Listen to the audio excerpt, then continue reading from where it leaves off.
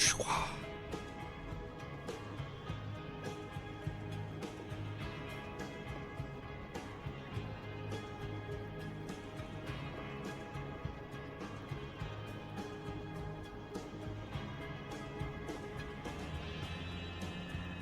Don't be mad, but I'm gonna disappear for an hour so I can do my run.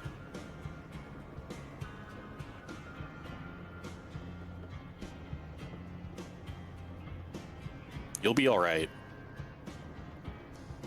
Enjoy. I'll be right back.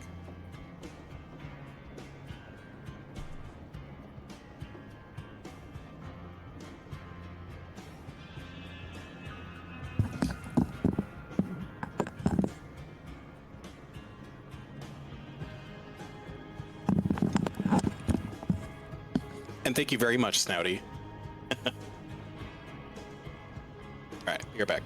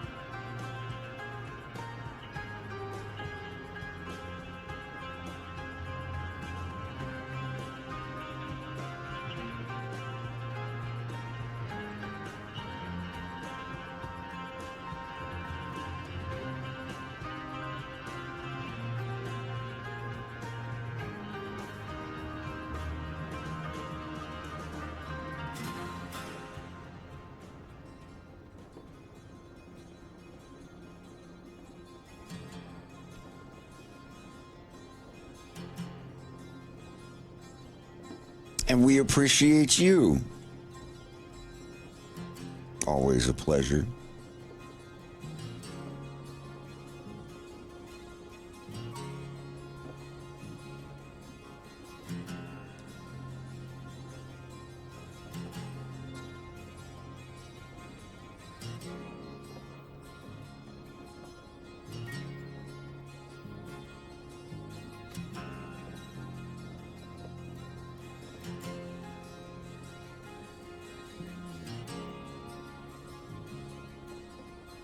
Although I do have to plug my stuff.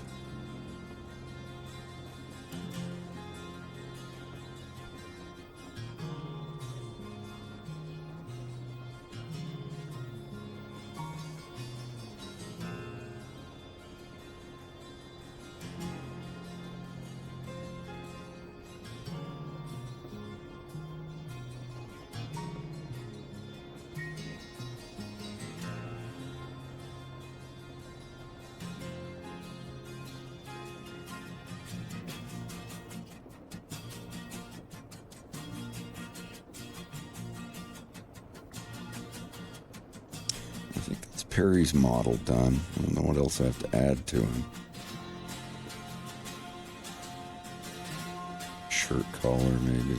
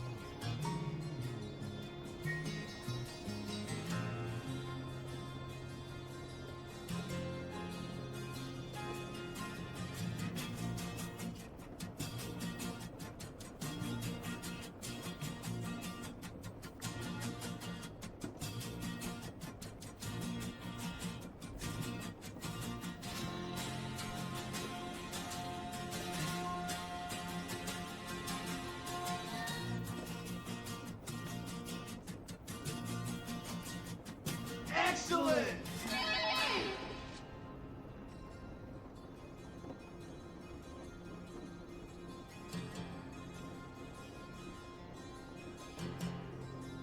Thank you, Orbiting.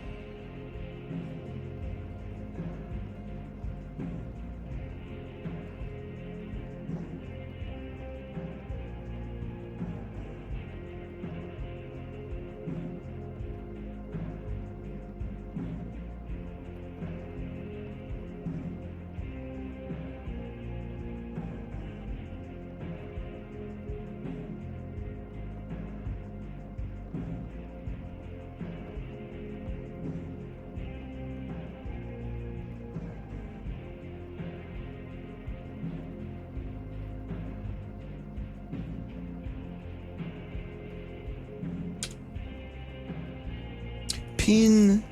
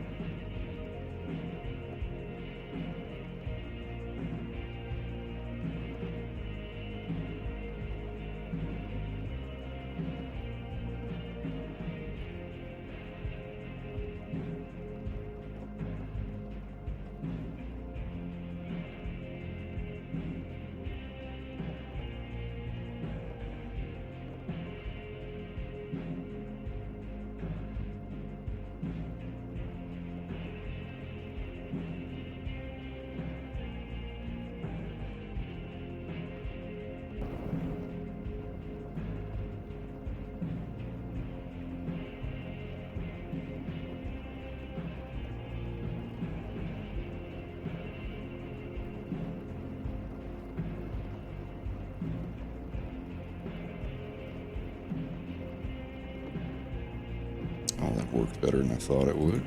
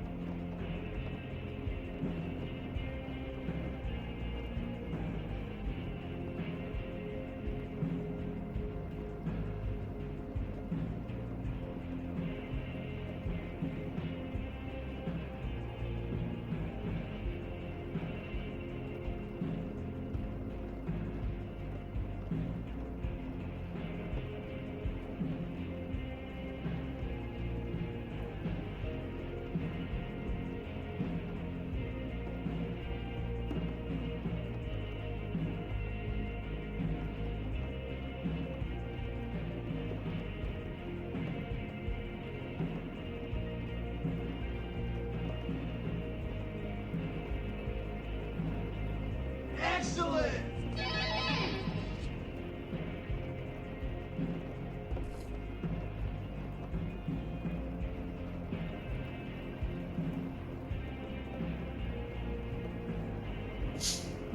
Thank you, Dr. Clay.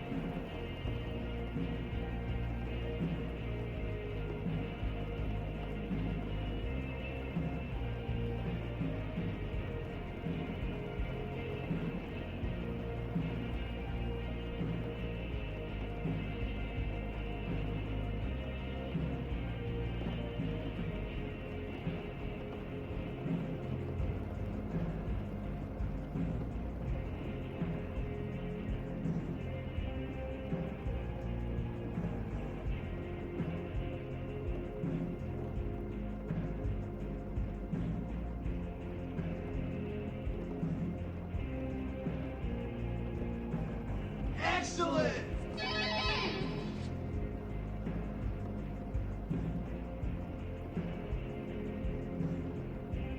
MTD, thank you for the resub.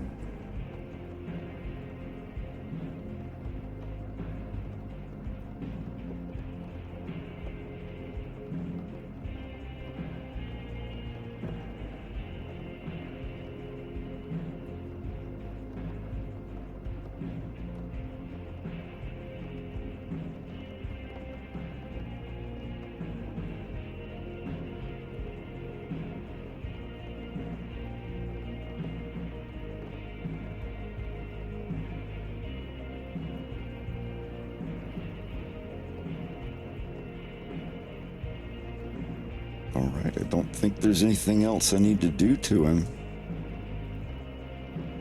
Assuming that all of his joints work.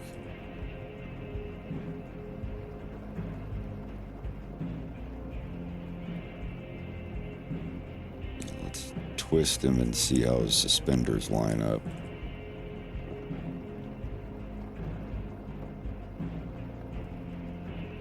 Not bad. He won't be twisting that far. For them, that's good.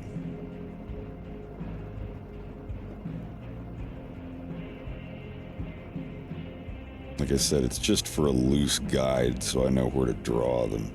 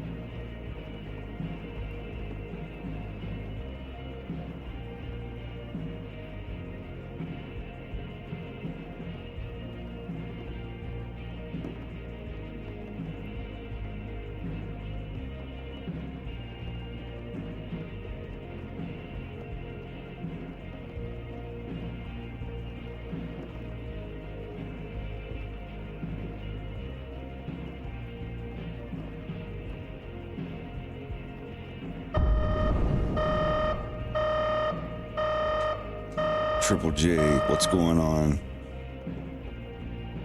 Thank you for the raid.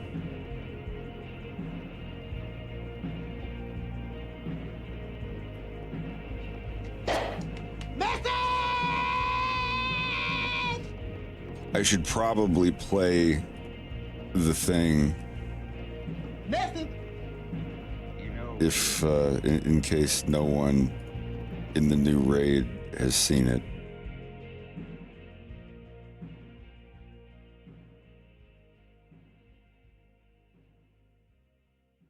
You know, kiddo. You know, I didn't ask you to start playing yet. Blah. Oh well.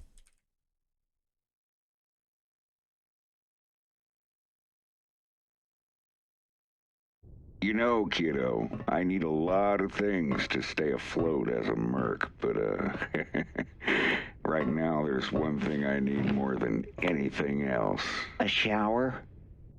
Wow. Wow, that was incredibly rude. I need a business partner. Don't worry about it. Forget it. You need a business partner. Someone I can trust. Only for a few weeks, we'd just be running a small batch. A batch of what? Of us. Nope. Whatever that even means, I'm out. Oh, double nope. Get those the heck away from me. Are they on right now? Just listen for 1 minute. Oh, I'm sure there's enough listening going on already.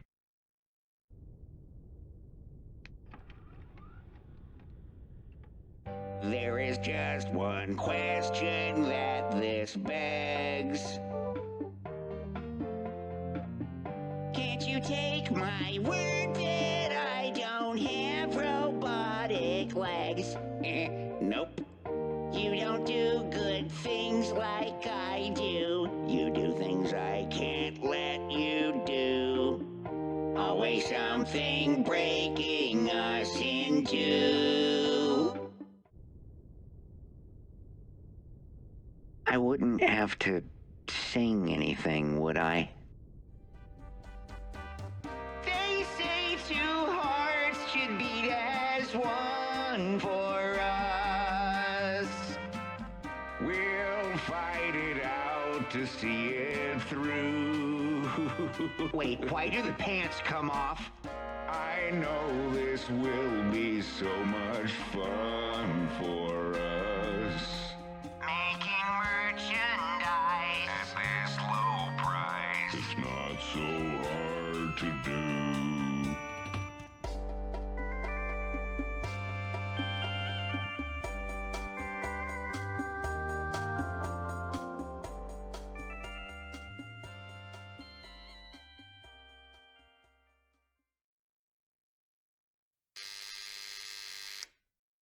Who is it? Huh? Aww, who hurt you?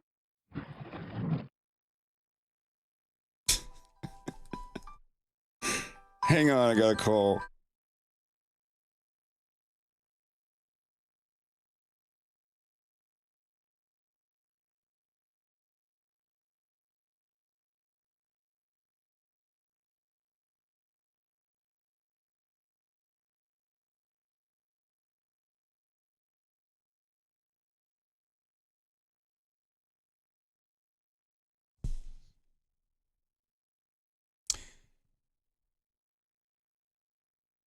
Well, I have to be fair and balanced. Let's have a throwback. Just a minute. Message. What is that?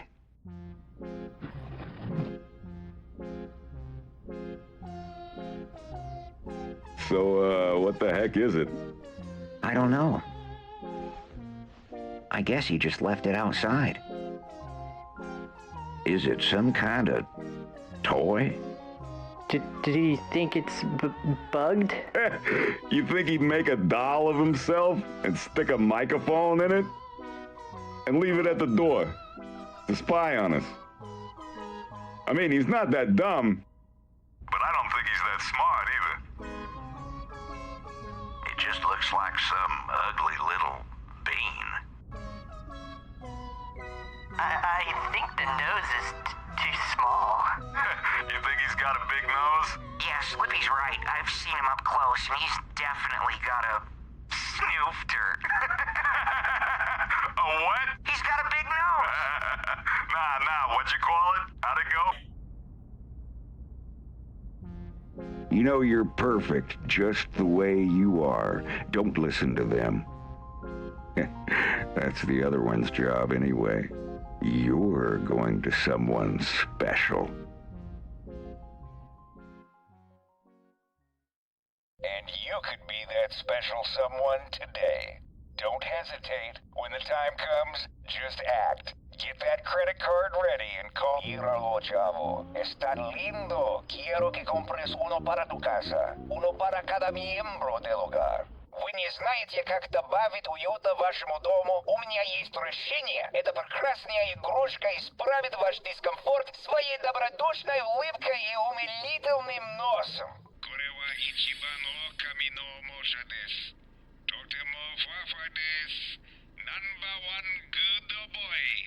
看一看，瞧一瞧，这个豹子一样的胖宝宝，忍不住要捏一下它的脸蛋。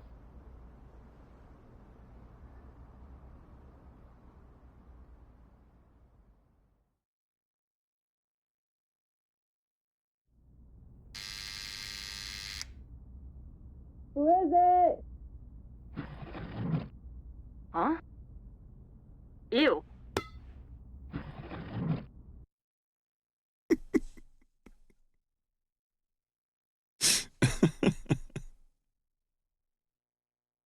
All right.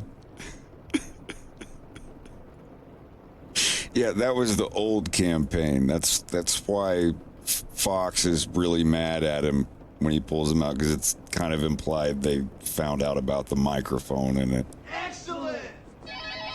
He's like, just listen for a minute. Oh, I'm sure there's enough listening going on already. Might not make sense if you hadn't seen the first part.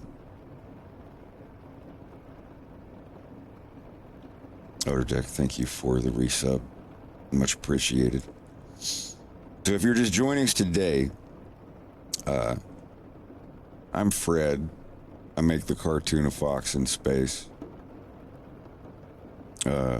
Instead of doing a pencil sketch layer, doing just the basic shapes of the bodies of the characters moving around, I use little models of the characters. I model all of their heads and get them just right, and then just kind of weld the head onto a motion capture body.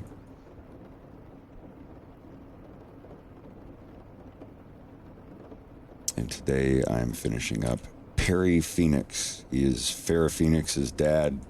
He's running for Cornerian Premiere. You can see him on a poster at the beginning of episode 2. I'm working on the scene now where Farrah is brought home by the Cornerian Secret Service, and she is walking into her father's office to get an ass chewing, a talking to.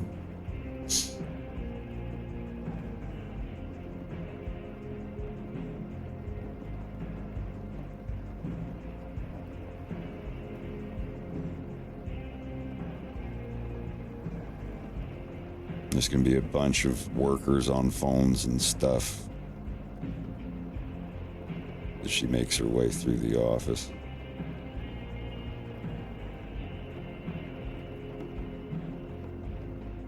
Might have them closer, though.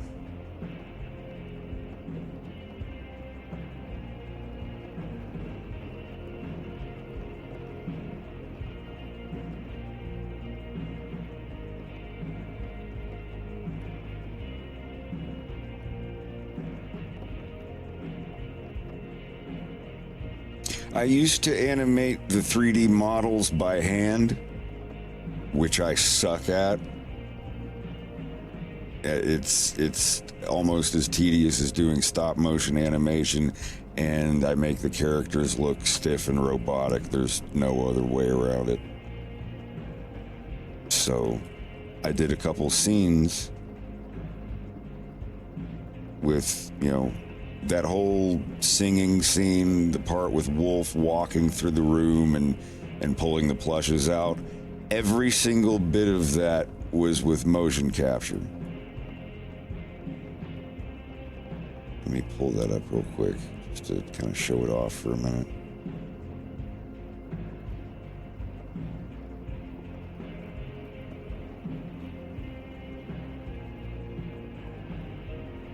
Well, there are only 2 episodes so far. The first one's 13 minutes long. The second one's like 40-something minutes long. They're both on YouTube. The episodes aren't the only thing that I do. I know some people get mad that the episodes take long, but, you know, they're long-term projects, and I work on other shorts and things to supplement the channel in the meantime. But the third one is going to be the last. I'm moving on to my own project. This hyena guy sitting here talking to you, he's the main character of the other cartoon.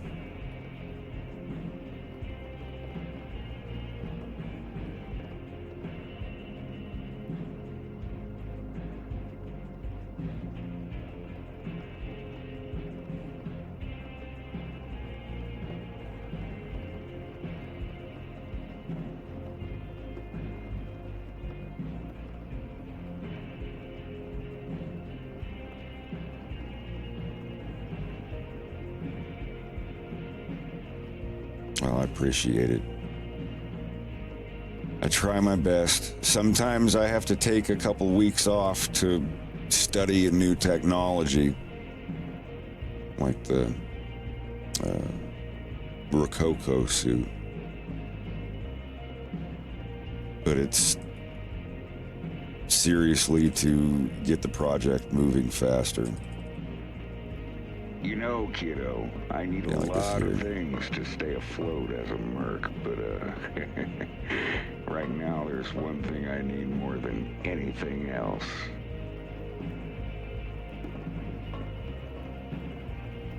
I need a business partner. Don't worry about it. Forget it. You need a business partner. Someone I can trust. Only... Yeah, all of these movements and animations are from motion captured stuff Just of listen me. for 1 minute. Most of I'm it's sure me. there's enough listening going on already.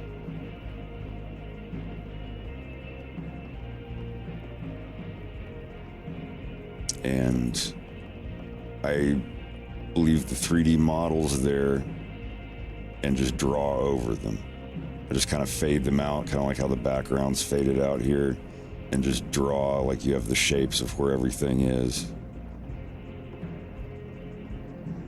It's kind of like rotoscope on the bodies a little bit, but like the heads, like you can't, I mean, you can't really trace anything. If you directly trace the 3D models, it looks weird and off. You have to have a little human error as you go around. Same thing with like tracing the character's face. Like here.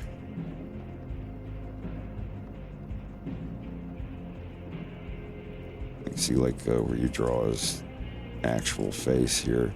You don't literally trace it to the exact lines of the model. Otherwise, it's just, you know, you might as well use a line art modifier at that point. Like the hair doesn't perfectly follow the model. It's just kind of the end, like the ear spikes, they're just kind of there as a suggestion to be like, yeah, there's supposed to be some spikes here, but draw them yourself. It keeps it looking a little more hand-drawn and not, you know, just traced over something. It's like here with Farah.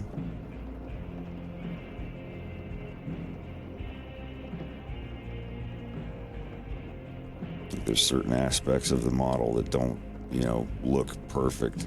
You just have to, like with her ears and her hair and everything, you just kind of improvise.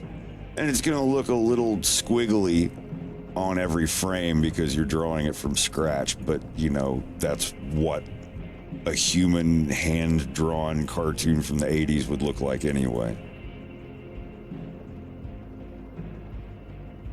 Yeah, this is motion capture. Same thing with this next scene that I'm doing with Farah.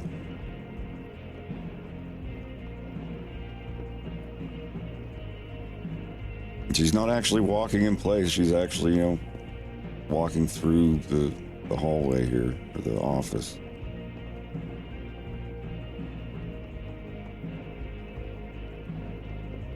Her dad's gonna be sitting over here.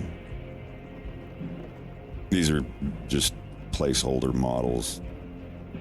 I just kind of airbrushed the business suits on naked human character model bodies, and it's like casual Friday at the gay bar where they just airbrush business suits on your naked stomach. Sorry. It's like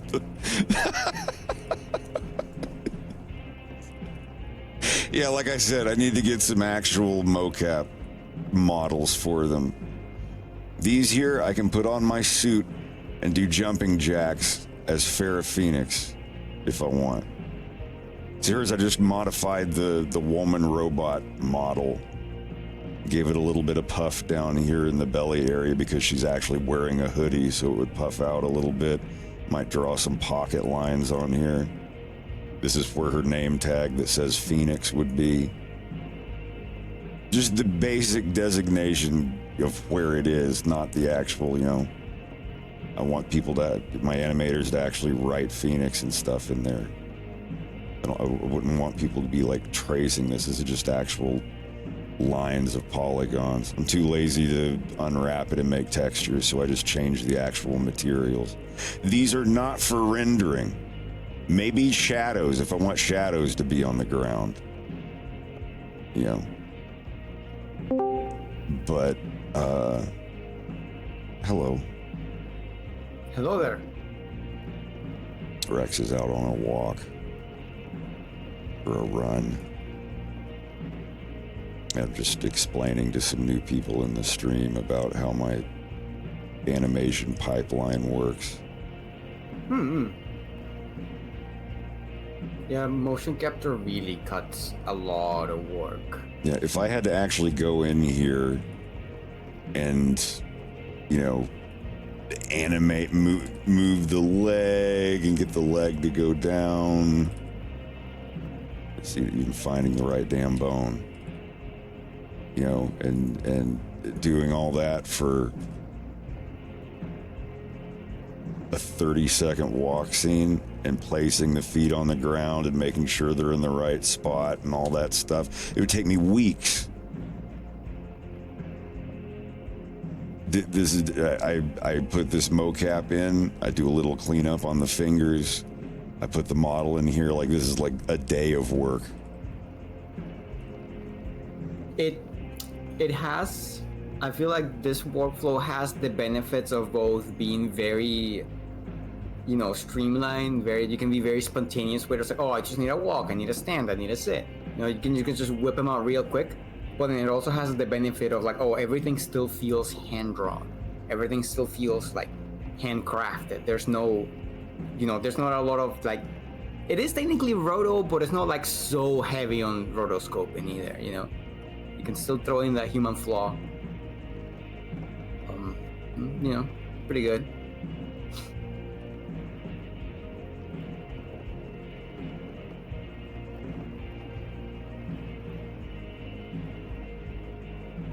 See, this is just one frame. So what I've done here is I've got this one frame of Farah. And then I would just duplicate all of these empty frames for this entire shot.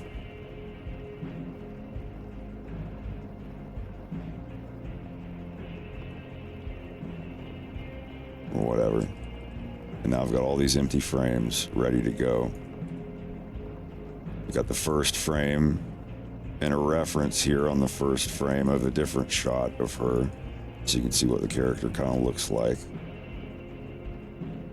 I would usually put one of them standing front and side down here on the first frame. And I mean, you've got the 3D model there to help. I'm very proud of Farah's head model. I'm not good at doing girl stuff, but she 100% turned out exactly the way that I see her in my head, and how I want her to be in the cartoon. You know, from the side or whatever, like what is the back of the head shaped like, or over or under or whatever. I think it's as perfect or as close as I could ever make it for my style of animal people.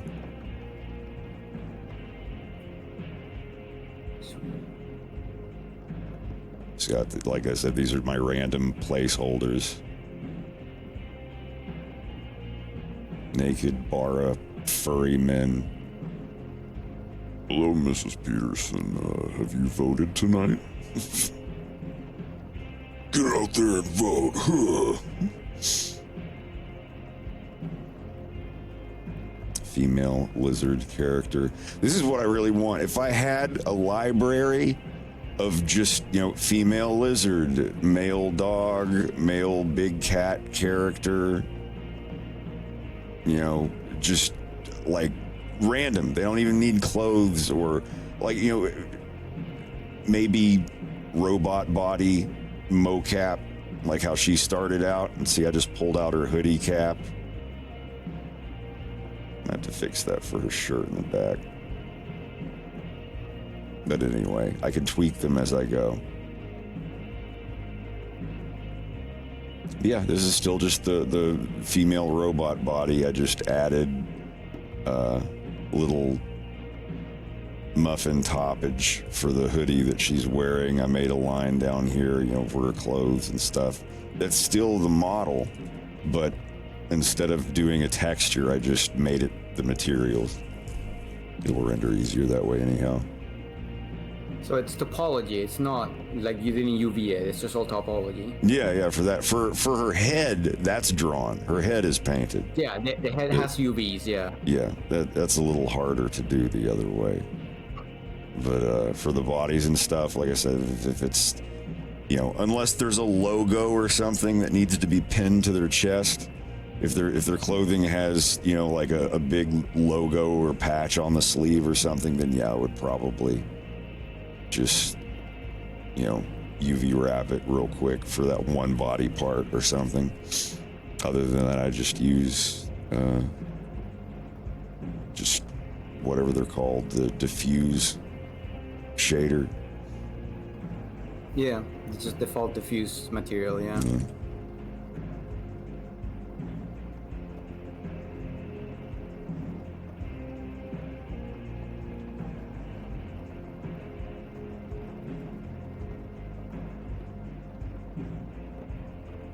It's not going to be that dark in here.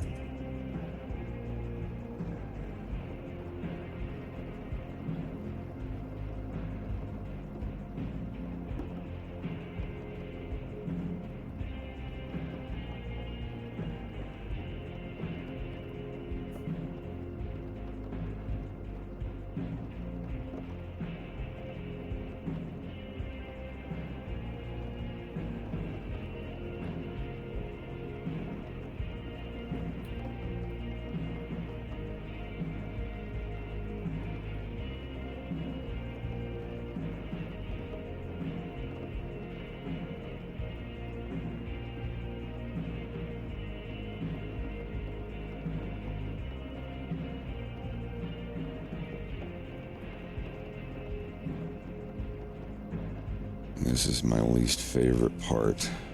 Going into a scene and deleting all of the concept art that I'm not going to use.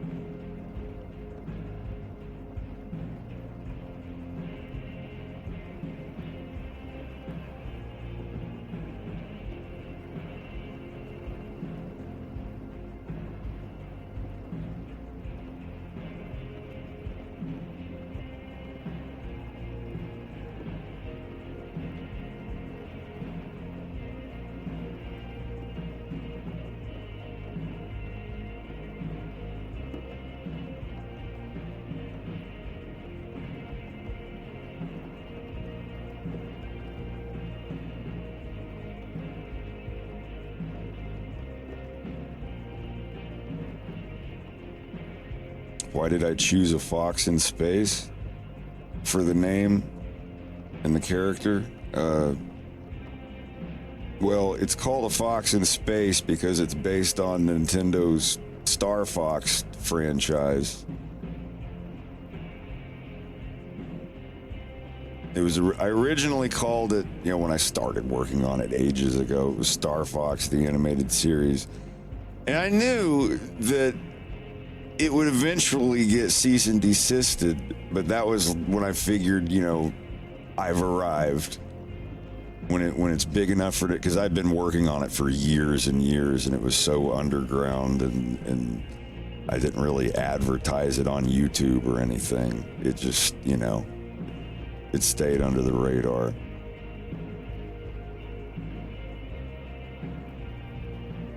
But a couple days after Vinny Vinesauce showed it on his stream, my subscriber count tripled. It went from like 11,000 to 30,000. And then a couple days after that, they didn't suspend my Patreon, they deleted it. Nowadays, if you're drawing like naked Pikachu or something like that, and Nintendo sends in a thing that, they freeze your Patreon account until you remove the offending material. But they just straight up deleted mine. I had to email like 300 something people and be like, hey, yeah, it was awesome. It was a huge boost. It's just the thing that came after kind of sucked. But, it in less than 24 hours, I was back up. The money was down a bit, but not by a lot. By the end of the day, I was like, okay, I'm back to an amount that I can live off of. And then it went up from there. And then, episode 1 came out like 3 months later. This was January 20th or January somethingth, 2016.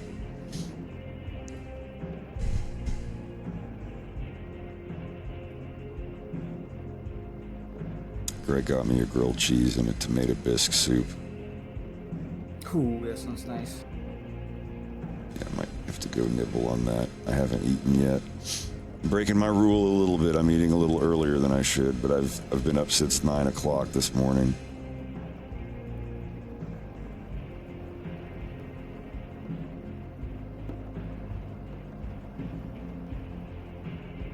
Yeah, I'll BRB.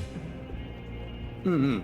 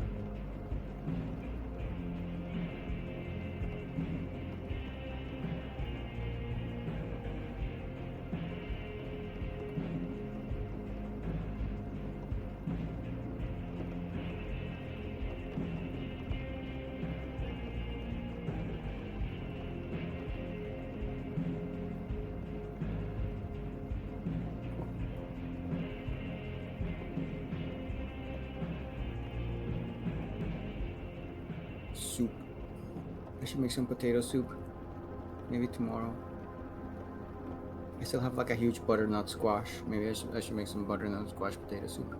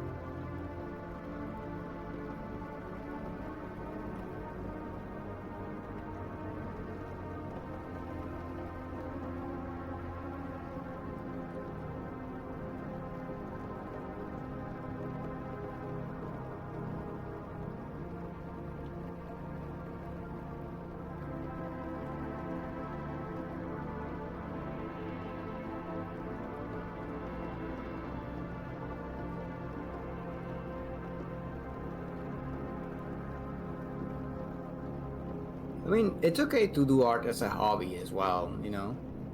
Like, unless you really wanna like super ultra like dedicate yourself to it. If it's just a hobby for you and you enjoy it that way, it's fine.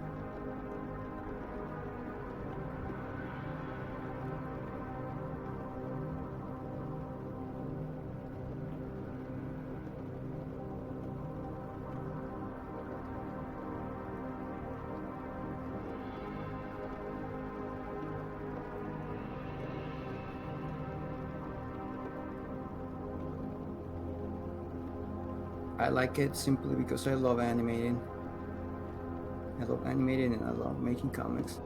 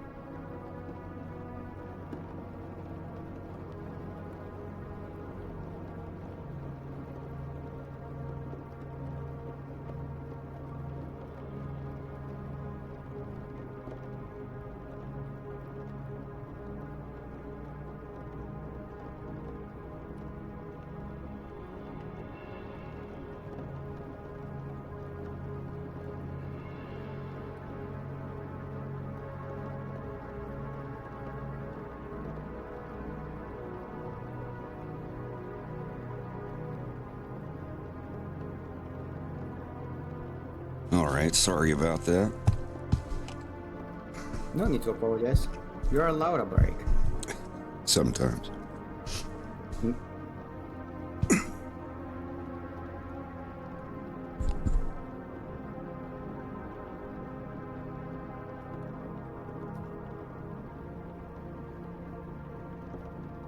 Oof, I need to find ways to stay awake.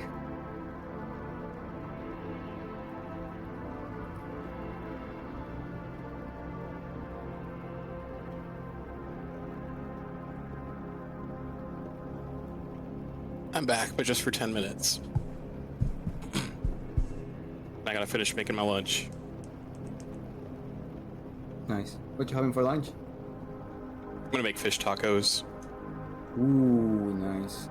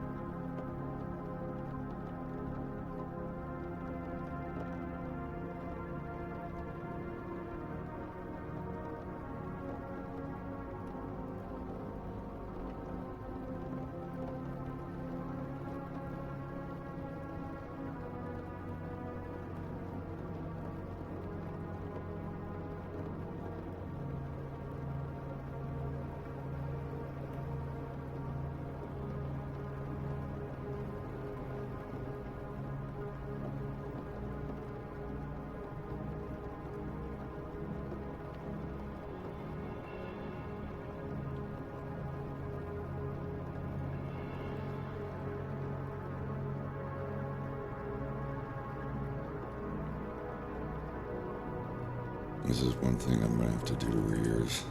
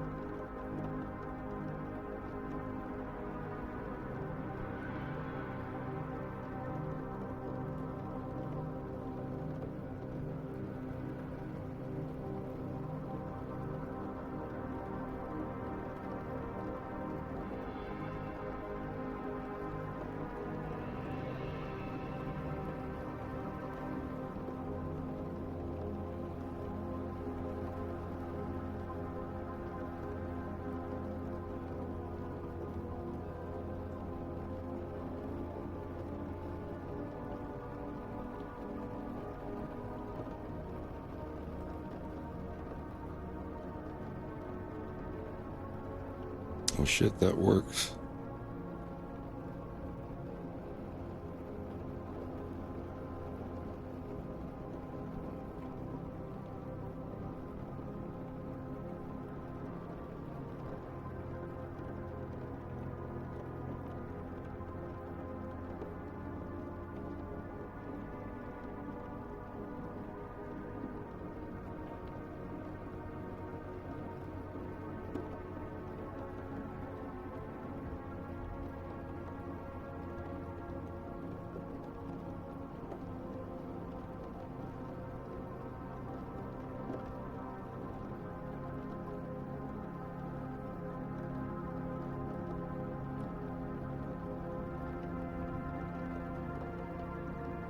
You know, I could just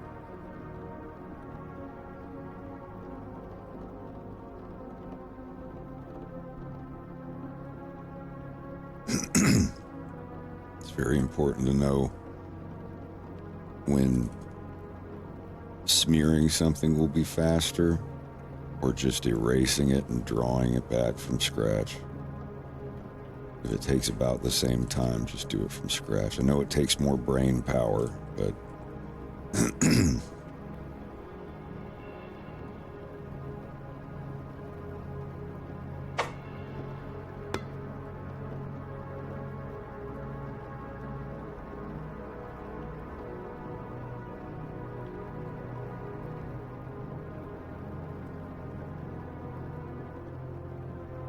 wait. You think?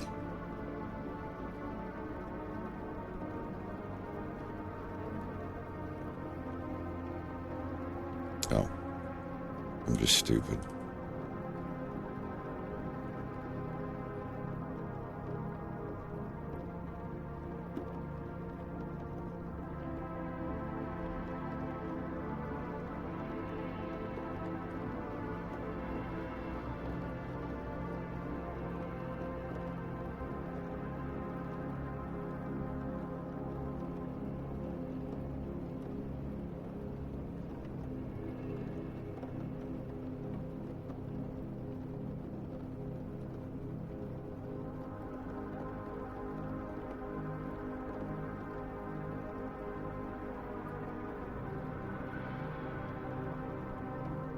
Okay, I'm gonna go cook up some fish tacos. I'll be right back. Have fun.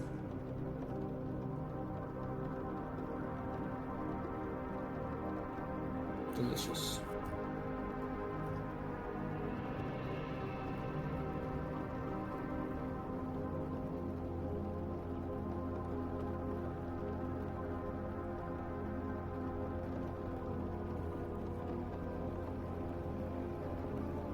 Motion capture now officially part of the process. Yep. because I'm not spending weeks trying to animate something that looks like this when I can just walk and record it and clean it up in like 5 or 10 minutes.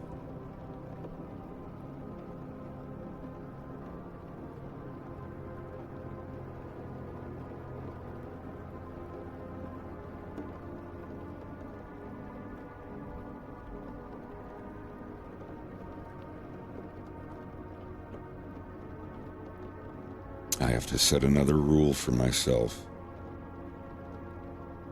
No coloring the frames until it's done. Because if I start coloring all the frames about halfway through this, it's going to be... There's so many frames in this that, like, if I just fill as I go, I'll get about to here and the program's just going to start getting slower and slower and slower. There's a lot of frames. I may not even use all the frames for this shot.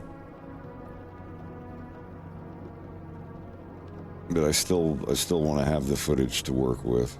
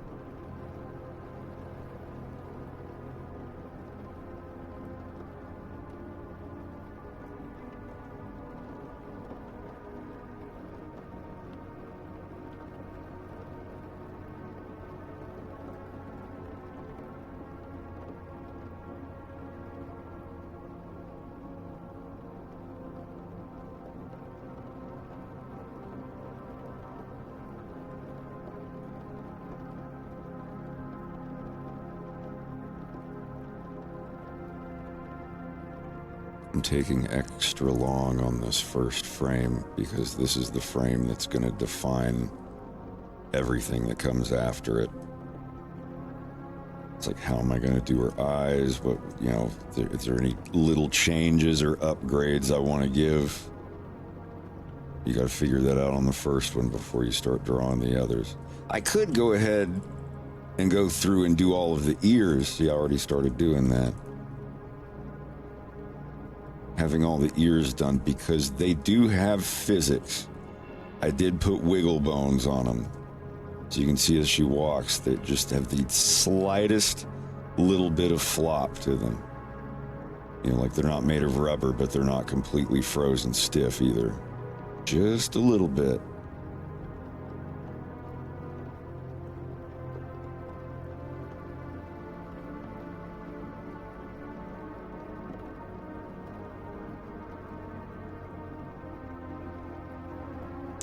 I was thinking about having her in the bathroom in front of the mirror, like dabbing a paper towel or a towel, trying to wipe the lower eyelash mascara off before seeing her dad. Because remember, she put mascara on and she wants to wipe it off. Because, you know, like, if he sees that she was all prettied up, but pretending to go to a military base or whatever, or going to a military base, but all, like, you know, prettied up or whatever, that you know, if you're a kid and you're about to get in trouble and you're wearing something fancy that you know your parents would yell at you about, and you knew you were getting in trouble, you know, you would take it off, be like, oh, I don't want my mom to see me wearing this shirt. She doesn't like me wearing this shirt anyway. So Farrah's in the bathroom in front of the mirror, like wiping it off, and she keeps wiping and wiping, but it's smudged. And she just goes, oh shit. And then she hears outside, it's like, Farrah, honey, your father's ready to talk to you. He's got to go. So she just decides to walk in this scene. And her mascara is fucking like, it's mostly gone, but it's just smudged into her fur, and it looks even worse. It looks like she's been crying or something. And then right when she goes up to her dad, you know, he's like, oh, baby, have you been crying? She's like, I haven't been crying. He's like, oh, I can tell you've been crying. You know, and it's just, it's, you know, an ironic scene, I guess, because she's very much not crying. But she wanted to try to take her mascara off, but it's still kind of smudged under her eyes, and it makes it look like she's been crying, even though she hasn't. So it's even more of a frustrating scene for her right off the bat. I was thinking about that. I might do that. I might not.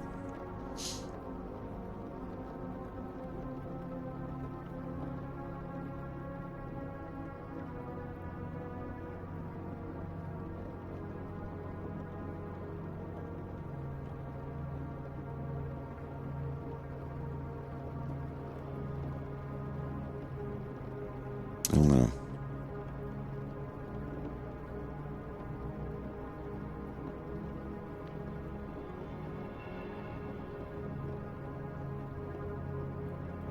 I like the details.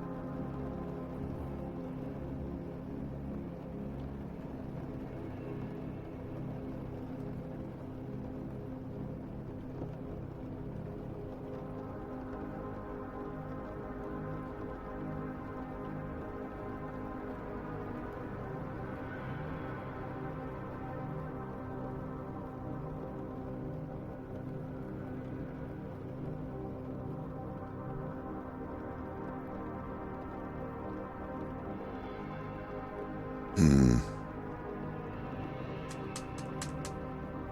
hate to do this, but I think I'm gonna have to start this scene. Not start over, but like I'm gonna have to make a new file and dump all of the stuff in. Is it getting heavy? No, it's just this is an older file and I don't have all the stuff set up the same way. Because, you know, every time I start a new file, I use the last one. Right.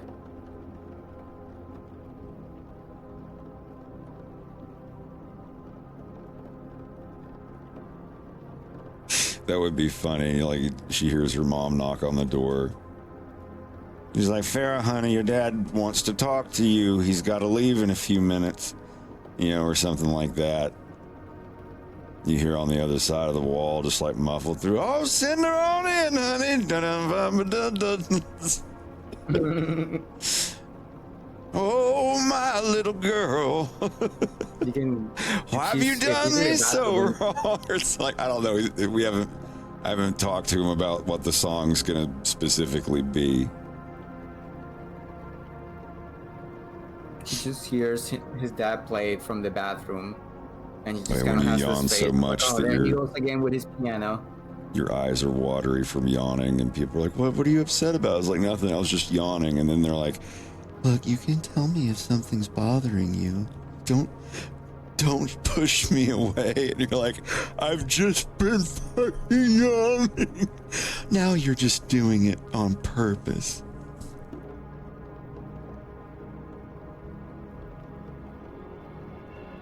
If I was in this office, and that was what I was dealing with. Looks like somebody's having a case of the Mondays. I'd go.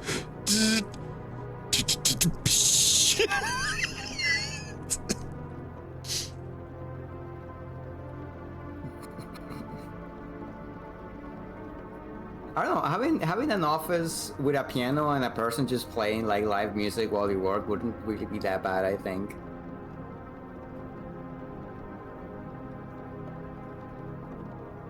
I think there's going to be a wall separating his office. Like a cubicle wall, right? Like a... Yeah. No, it'd be like mostly soundproofed. Oh, okay. It's like for a lot of the song, it's going to be muffled. But it not muffled so much that you can't hear what he's singing, just muffled enough for the phone people. I'm also going to have people standing around here. I may reconfigure some of this, but for the most part, this is actually what the desks are going to look like. And there's going to be people, you know, standing on the phone, some sitting.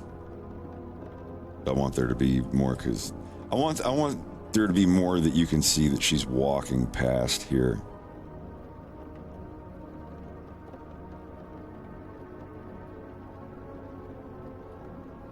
Just thinking of having her walk.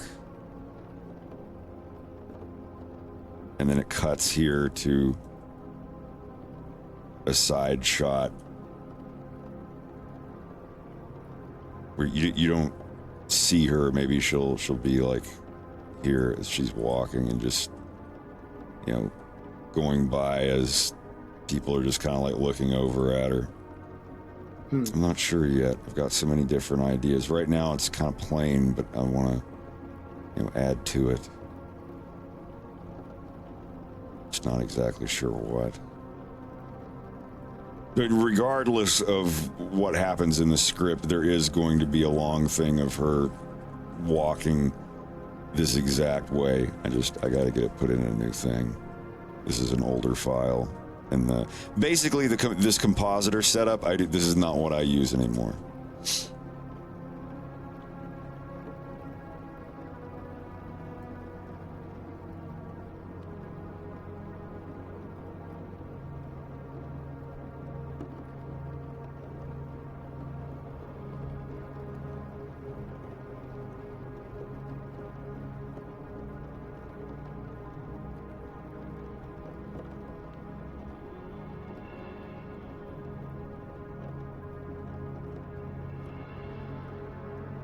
Yes, let me save this where it is.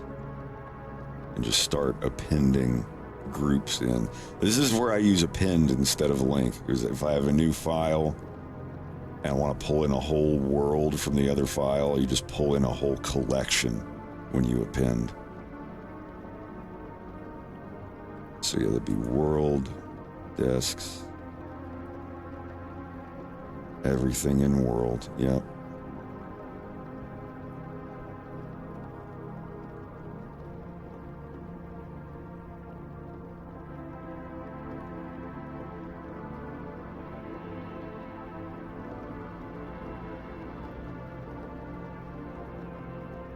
Okay.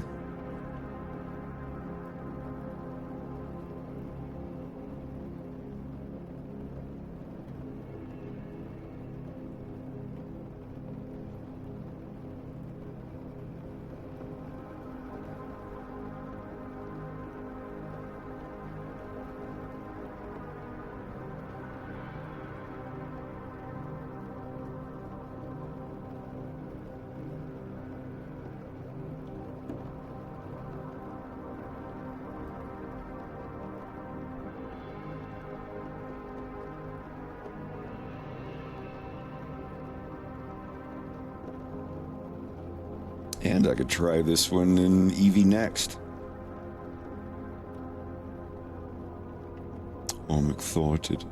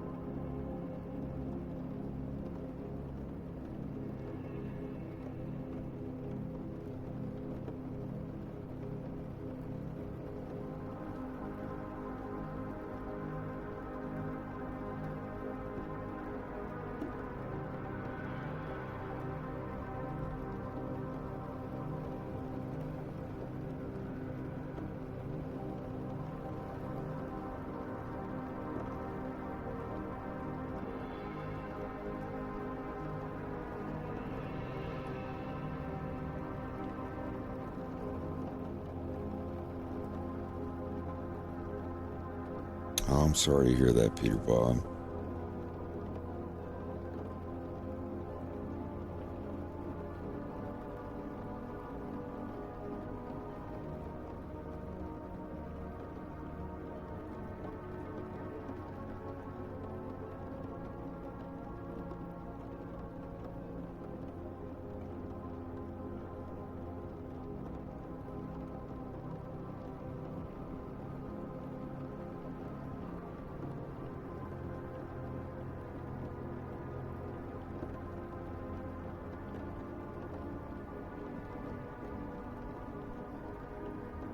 we may be actually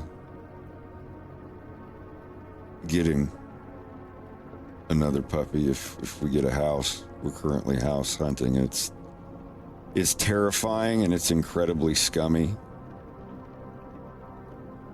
The stuff that's happening now that our agent has been telling us about.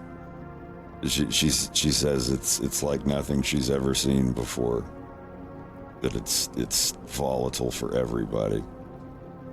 And all the companies that are just sucking up all of the real estate, everybody else has to. You're basically paying twice for a house what you would have paid 6 years ago, 7 years ago, and it's, nothing can be done about it. Granted, that means that, the house that we're in now is also worth more. So if you have some property,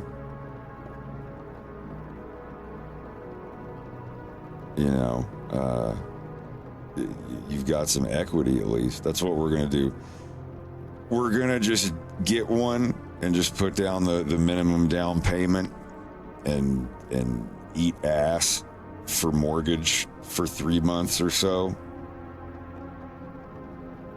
while we fix up and sell the one that we're currently in. Because I don't want to do the thing where we put all of our stuff in storage and get an apartment somewhere and wait for the house to be sold and then use that money on a house. I'd rather pay a little extra for, 2 or 3 months until the house gets fixed and sold. Show it empty. I don't want a bunch of strangers coming here and like looking at the house and scoping out my basement where I've got all of my stuff. Any stranger off the street can go look at a house and pretend that they're looking for a home when they're really just casing a place.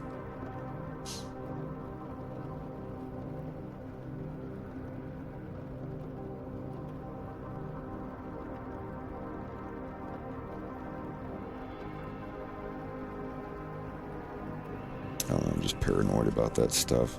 This is my first rodeo. I've never bought a house before.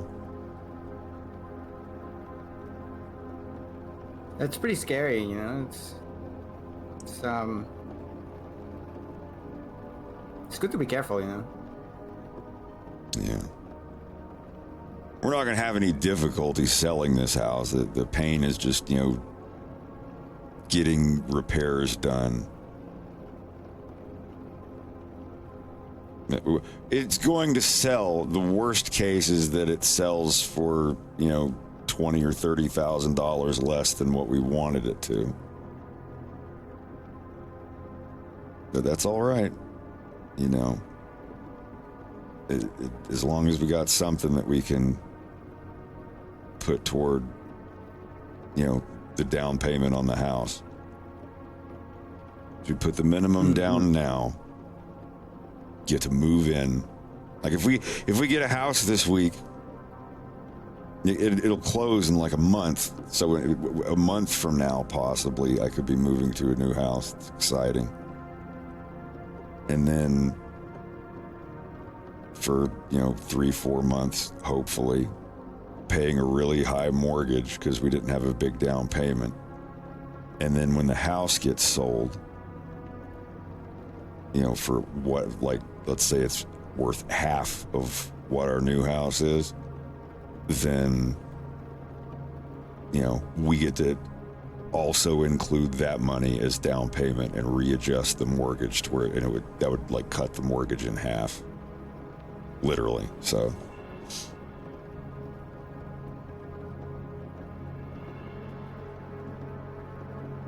it's pretty soon, actually. I thought like within a month you might be moving into a new house within the next month. That's sooner than what unless we keep getting outbid, on everything.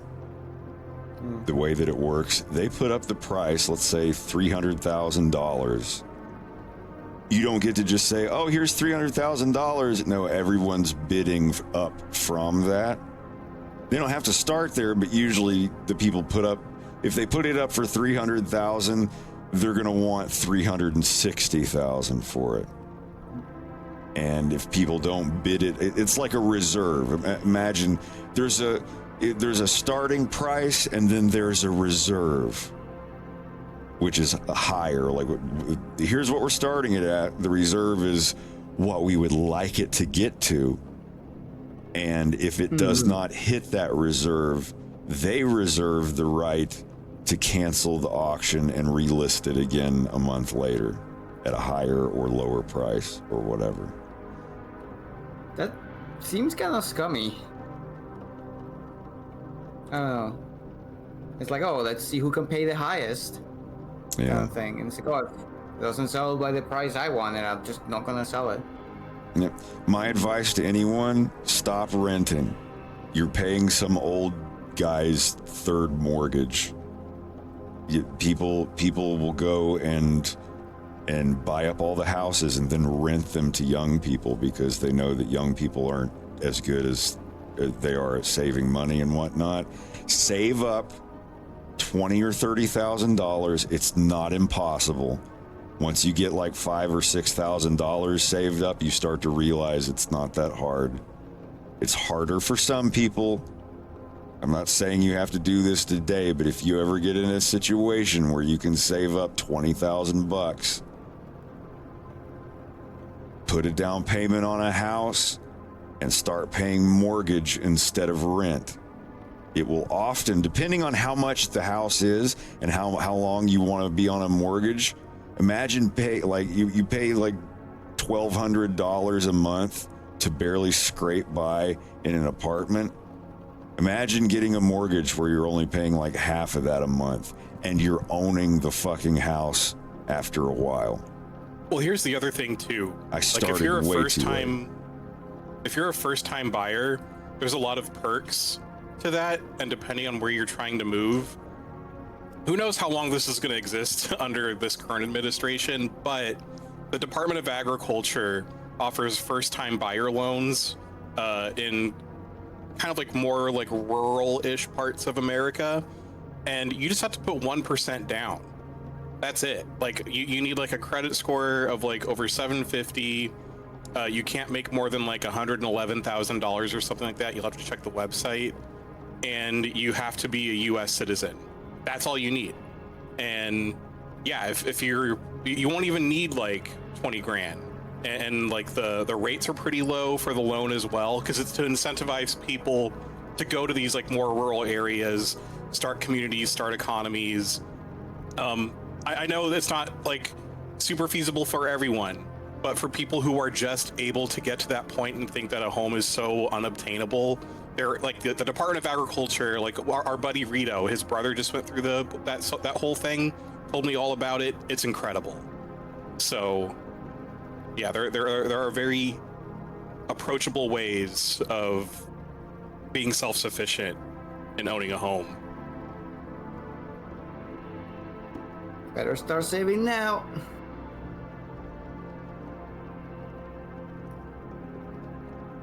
If I could pay like a $14,000-$15,000 loan in like 2 years, I can start saving up for a house. It doesn't seem that impossible. So yeah.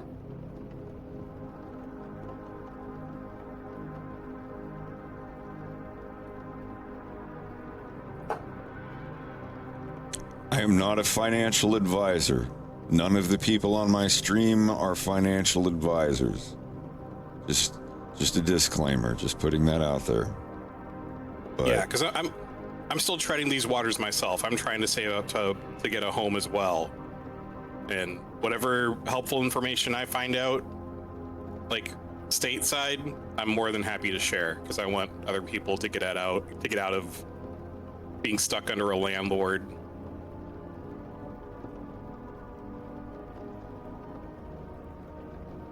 If only I could just build my own house like in Minecraft. Live off the land. Be off the grid.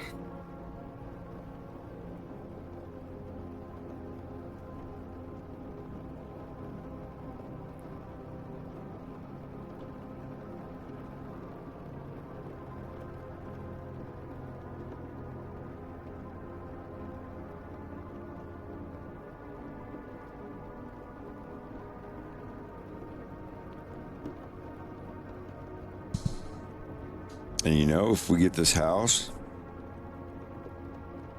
fluff it up real nice, and get it paid for quicker than later, and we decide, you know, we want a bigger, better house somewhere, we can do the same thing over again. You know, assuming that the housing market levels the fuck out after a little while.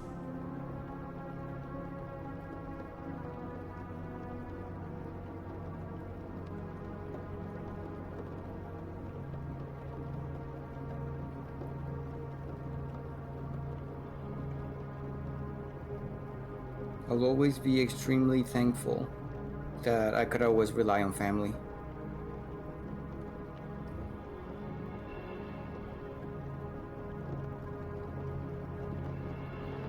And it's a good thing to have I know not unconditional love everybody and has- trust. Yeah. But like, it's also like kind of the family you make and the family you find as well. You know, I know a lot of friends who are like, oh yeah, no, we just all got together and we bought a house. And we all just kind of live here, you know? Yeah. It's just a bunch of people who they've known each other for years. And it's like, yeah, no, like we've known each other for like forever ago. We might as well be family. And then it's like, sometimes it's not really the family you're born with, but the family you find as well. And that's also good. You know, the internet's becoming a smaller and smaller place. And people are like, oh, hey, like, I got this friend and we'll moved in together, you know? Yeah.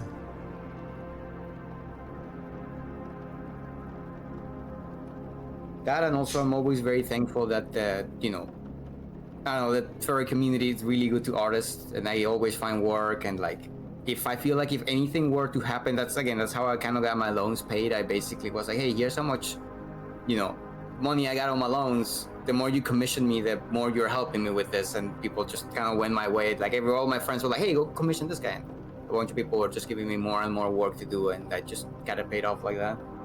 Hell yeah. So, it's always good to surround yourself with supportive communities and your supportive peers. Yeah. That's you know, if I were to give any advice, like in terms of life advice, it's like always find like a group of people that you all vibe with and you all just kind of understand each other and help each other out. Hang out with people who are more creative than you are and who are smarter than you are and get more work done than you do.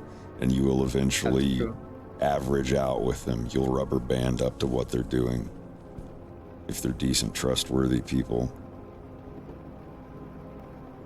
If you hang out with people who do goofy shit all day and brag about being lazy all the time and don't ever get anything done, you're gonna rubber band down to that stuff. Even if you're much more creative and productive than they are, if that's the only people you hang out with, it doesn't do you any good creatively.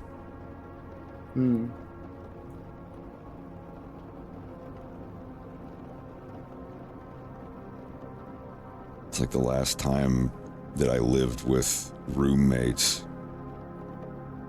or my buddy Pete, when I lived with him, when he wasn't at work, he was down in the basement with like laser cutters and 3D printers and stuff, like figuring shit out and always making things and modifying machines and computers and stuff. And it made me feel bad if I wasn't also doing things. I was like, damn, I want to go down in the basement and hang out and create stuff. And yeah, that was super fun.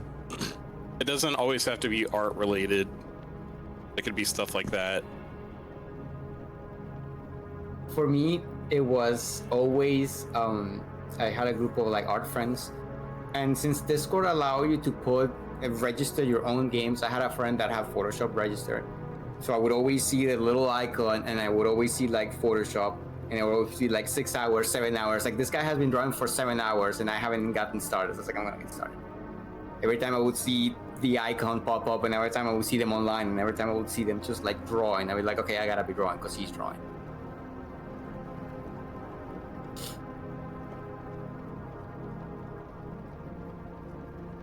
until he broke it to me and he told me, it's like, oh yeah, no, sometimes I leave my computer on with the program open. Sometimes I'm not actually drawing. And I was like, Well, it still got you going. it still got me going, yeah.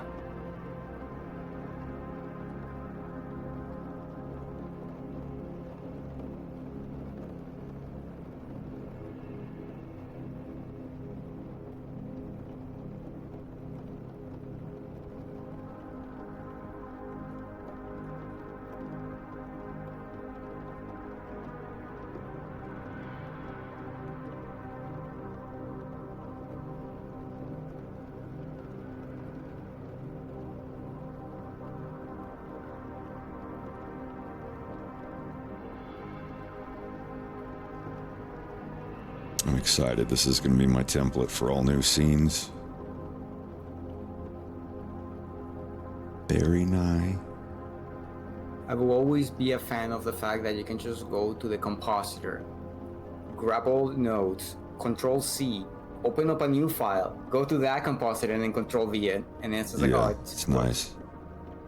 Like, you can open 2 Blender files and then just Control C, Control V things from one file to another, and it's like, how does that even work? I don't need to know. It's just magic.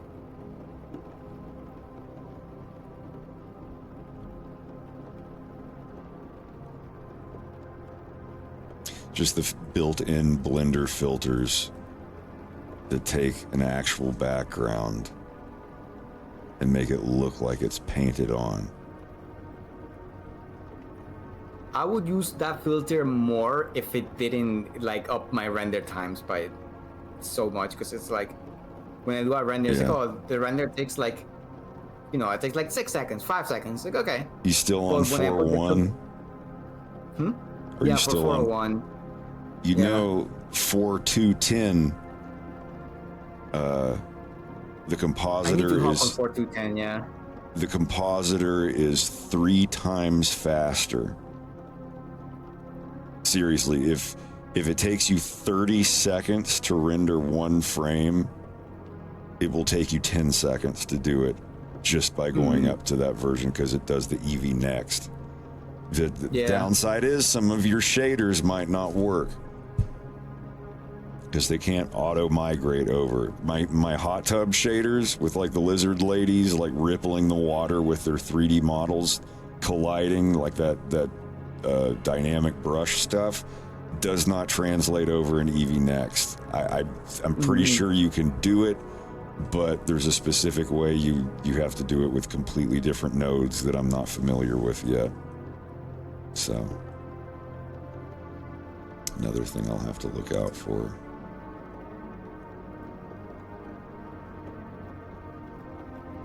Remember when it used to be called vert color and not color attributes? Which ones? That. The vertex paint. It used to be called like vertex color or something like that, but now it's called like attribute, color attribute now. Huh. Yeah, another thing I don't know about yet. This is 2.79 to 2.8 all over again.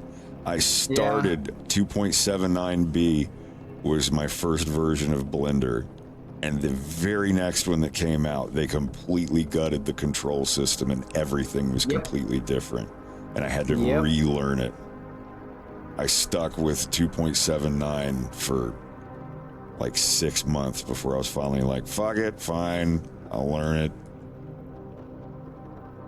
I started with 2.78. It was my first version of Blender. I was right there with me then, huh? Yeah, I was in high school when I started using it, and it was a friend who wanted to make games. It's like, oh, you totally just like learn this, and then you can make games with me, and I know you like art and stuff. And it's like, all right, cool. And I've just started using it a bunch, and I started using Blender for my 3D backgrounds. You know, I just used it for like all kinds of 3D backgrounds, and I didn't want to make the jump to like, what was it, 2.8 when they made like the really jump? 2.8 was when right-click select became left-click select, and the world lost its mind. Yeah. But you know what? You can just go into the shortcuts and set it to 2.7x, and those are the shortcuts that I still use. I apologize if you ever get a file from me and it's set to 2.7x. It's just I'm way more used to those shortcuts than what I am to like. I pull out the stubborn card and I was like, oh, you can just change it back.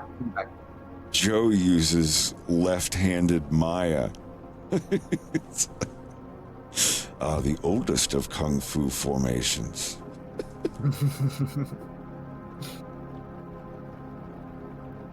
Biting cricket.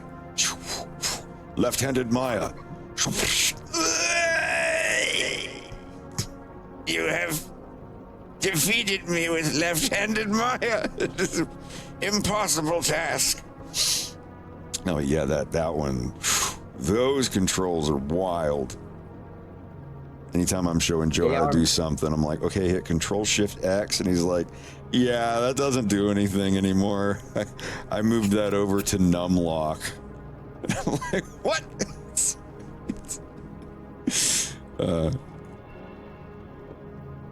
See, this is why it's like I had so many issues with something as simple as, for me, you press Shift Space and that isolates your window. But like people with different, that only works in the 2.7x. Like people with other shortcuts, it's like, oh, Shift Space, like, oh, that doesn't do anything for me. It's like, really? You gotta press like Alt 9, I believe, or like Alt 11 to full screen it.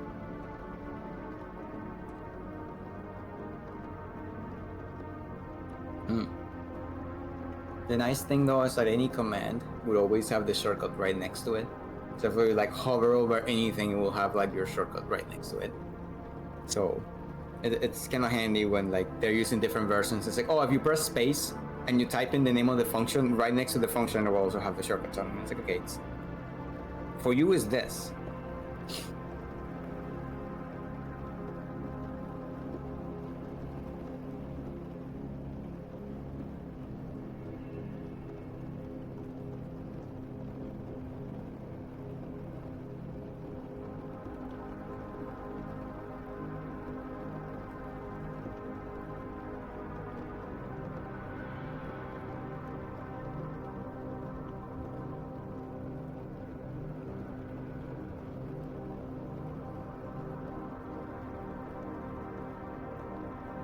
Make that empty look fat. Or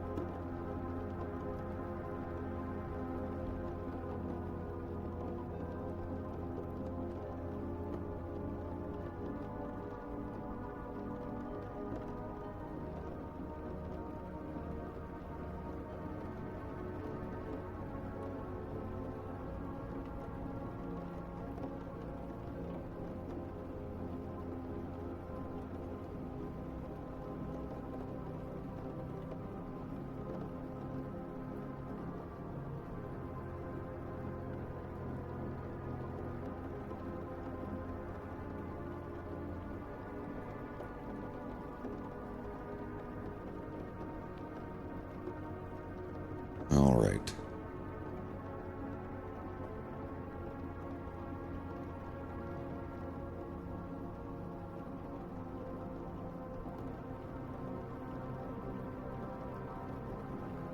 I'm not sure if any, I don't know, who owns 3D Studio Max? Well, Autodesk owns 3D Studio Max. And they also own Maya. Development, updates, and technical support for 3ds Max Interactive ceased as of March 30th, 2022. Oof. Products downloaded previously can still be used, but will no longer be eligible for support. You are not eligible for support. Goodbye. Boo. Yeah, lame.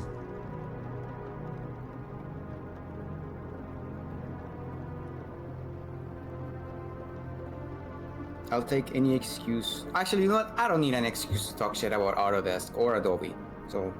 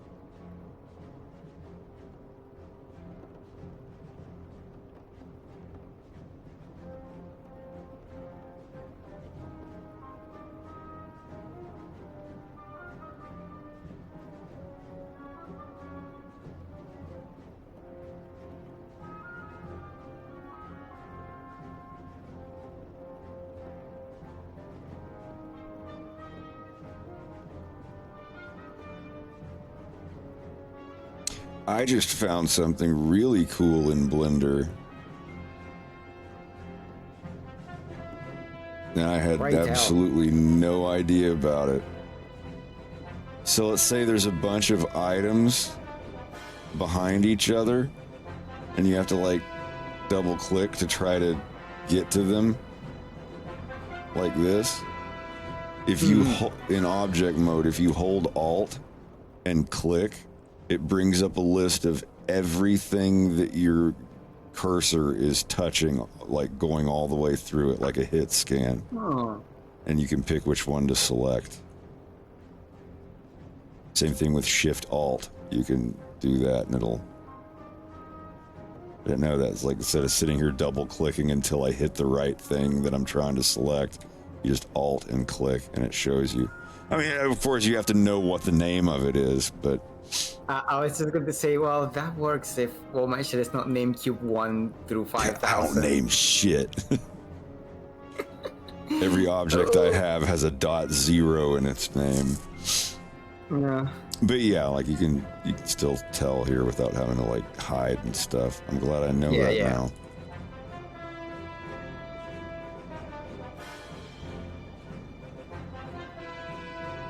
I mean, if it puts them in order, and you know that the, like if you have like a stack of books and they're all just named book 001, 2, 3, 4, 5, all the way to like, I don't know, 40.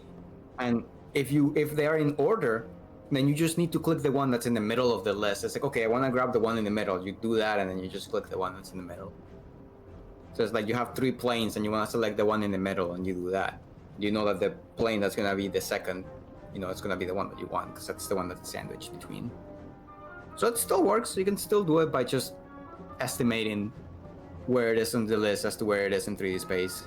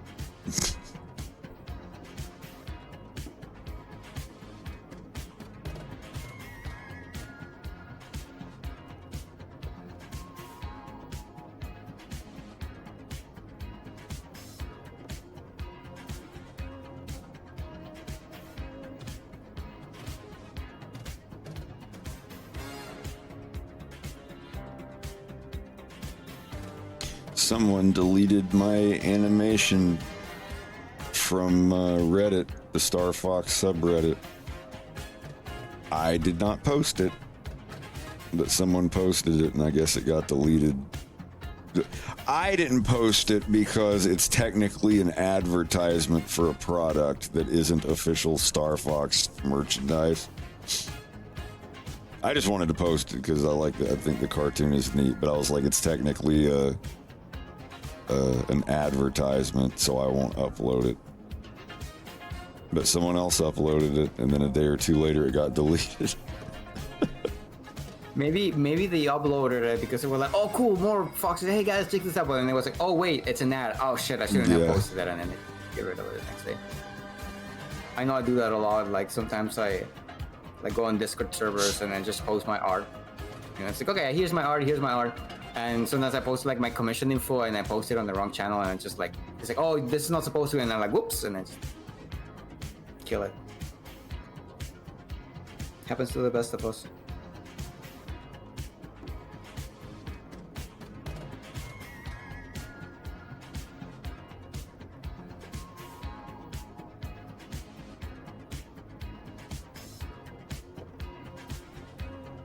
I won't play the ad again, but I will show that these are available for 18 more days.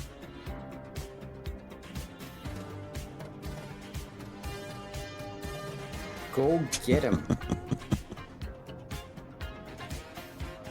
Get him while the pants are still on.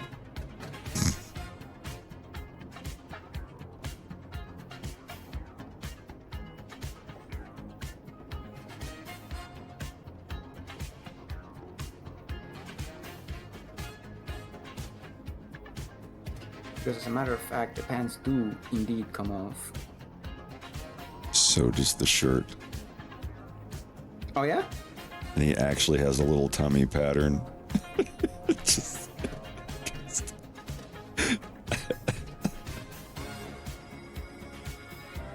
Now the real question is, where do they stick the microphone? Well, I'd put it in the tail.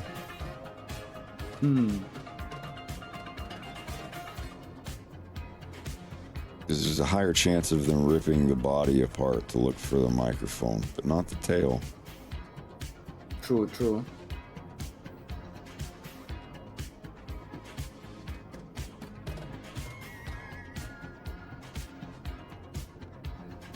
All right. Everything I'm going to move to the other file is in the XX collection. And then World has everything else, I assume. Yep.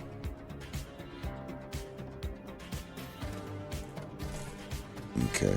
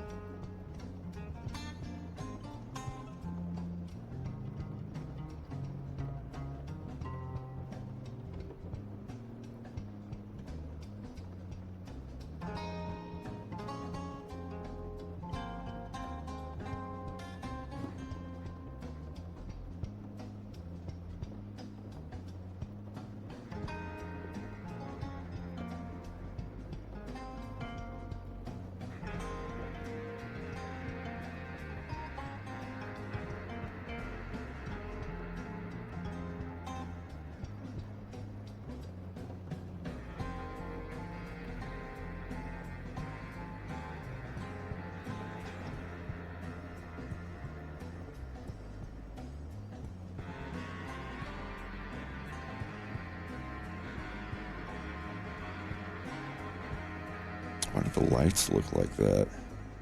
Like,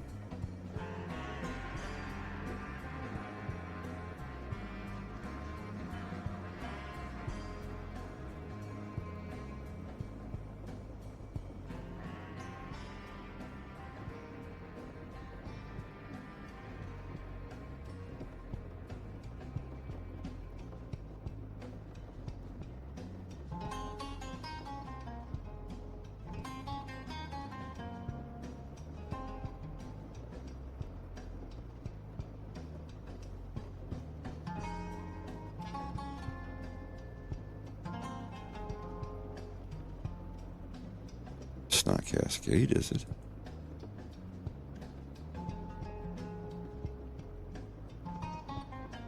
Yeah, what the hell is causing that?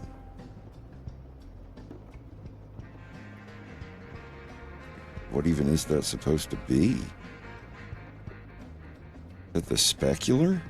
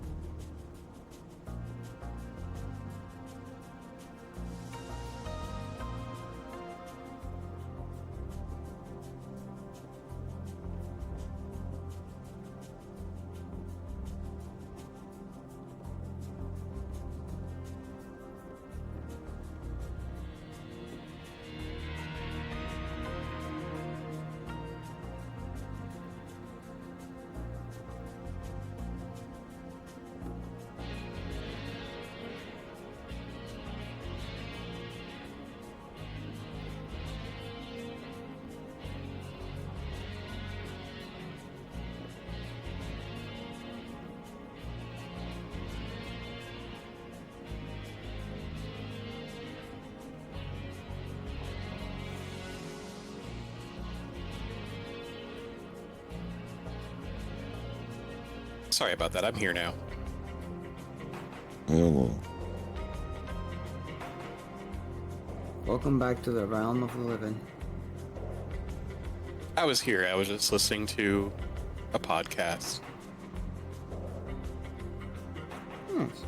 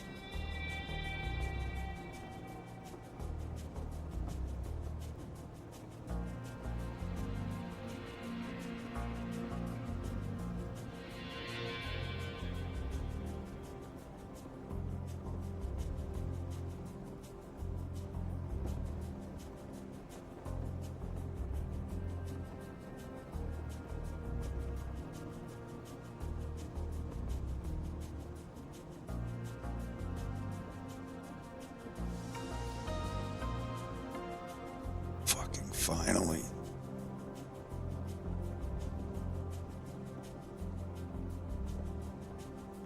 I had the scale wrong.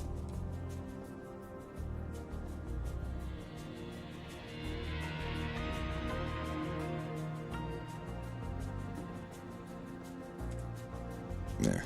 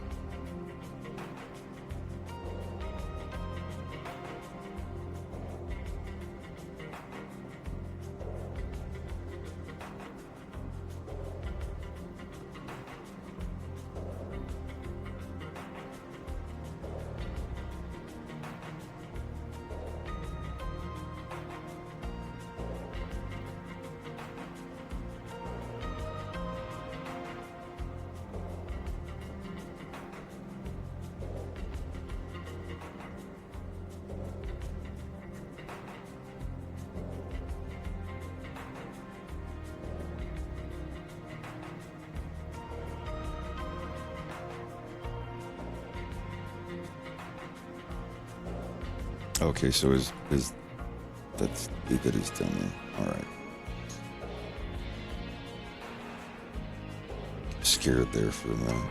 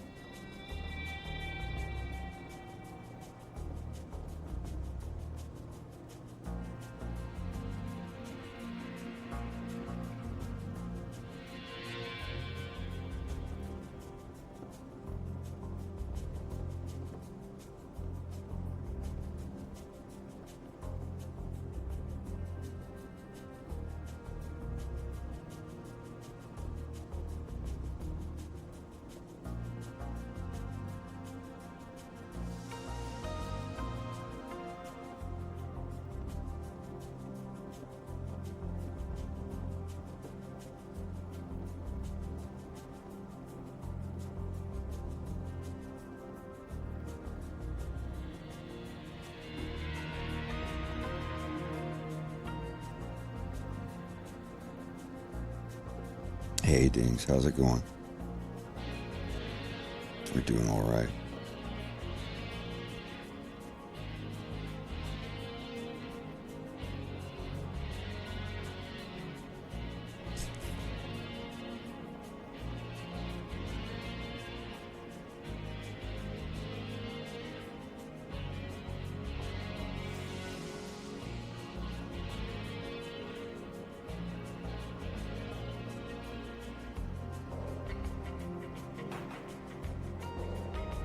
Yeah, we might be moving here soon, too.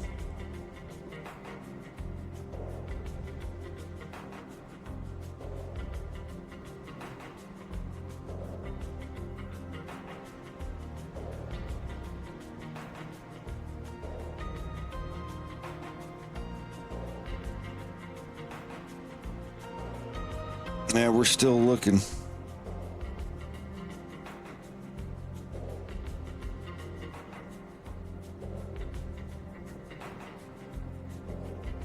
This is looking great so far. Thanks. I'm in the middle of moving the assets of the office scene over to the plush ad file. Yeah, so you have Because the it's got the compositor. template. Yeah, exactly. Yeah.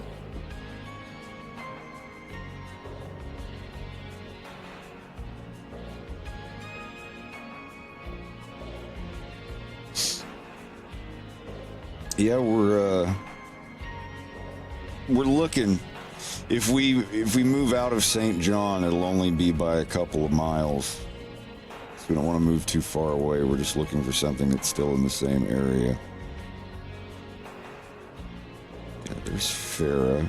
I've got her dad's mocap model in, and I tested some of Wolf's frames. They look good.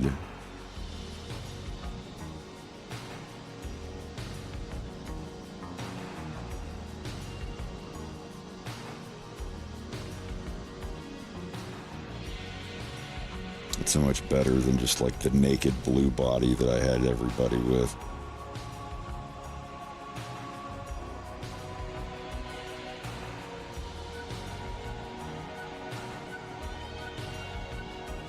I have Fox in here because he is going to be in the other room. It's going to be Kid Fox, which, if I want to save any time at all, I should just base it off of this one. And just shrink him down, make his head a little bit bigger than usual.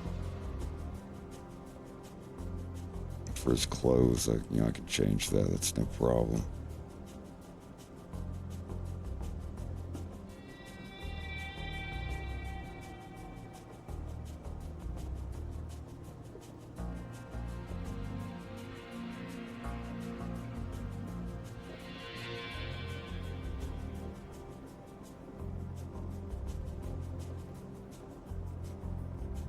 It's not too big, is it? No.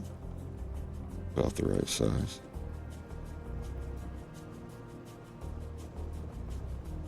How big is this handset compared to a hand?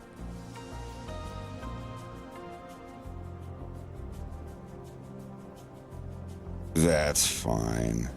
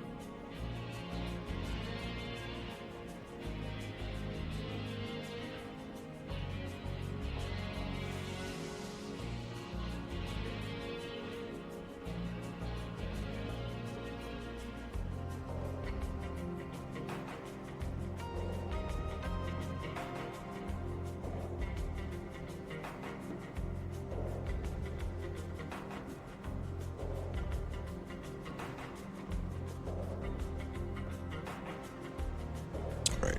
I'll be right back.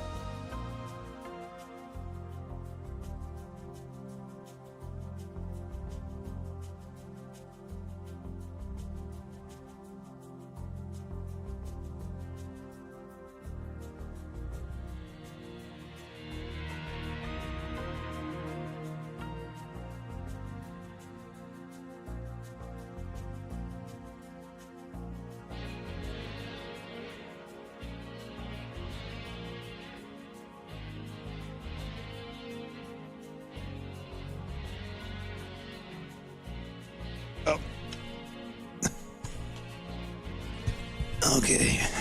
Sorry about that.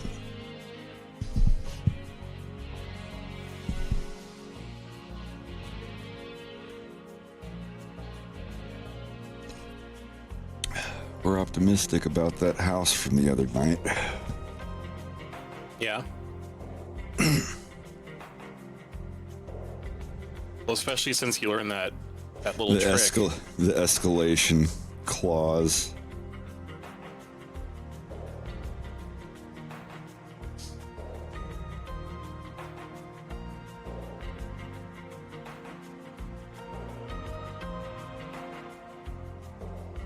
It's still a big risk we're taking, but Yeah.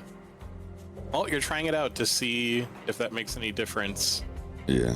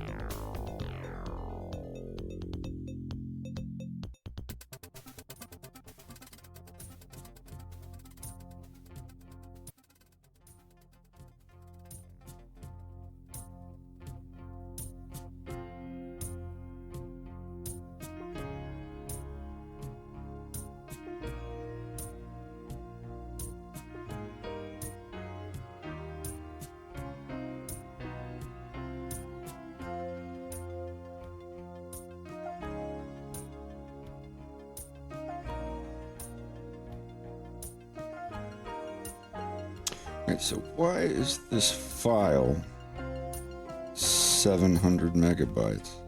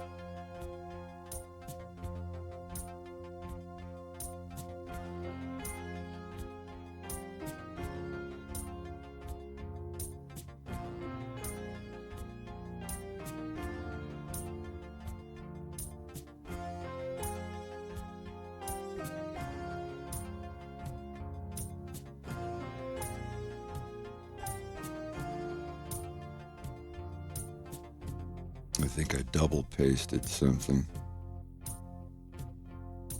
Oh boy.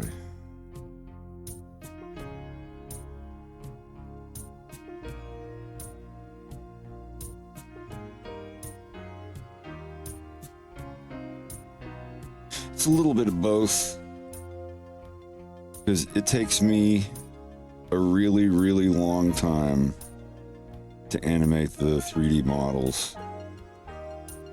For episode 2, it took a while. But this way I can actually act out how I want the characters to act. It'll save me a lot of time.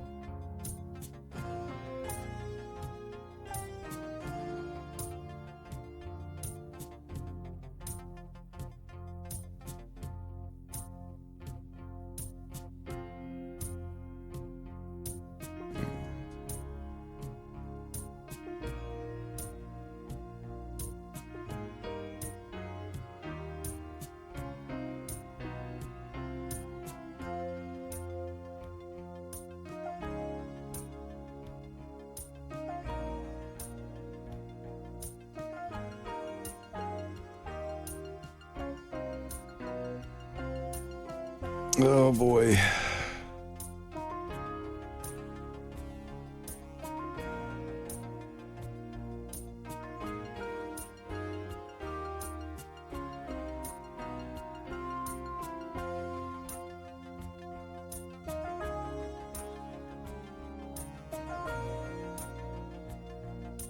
Yeah, I gotta do some cleanup.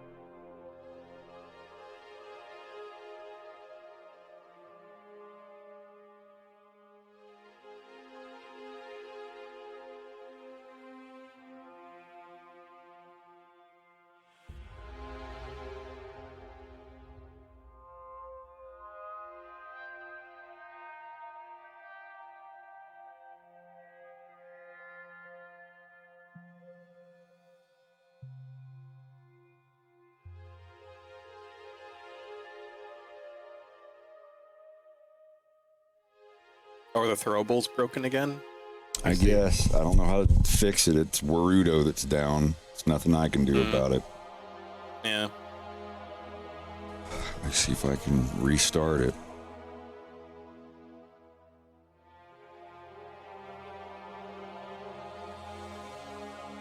Yeah, it busted.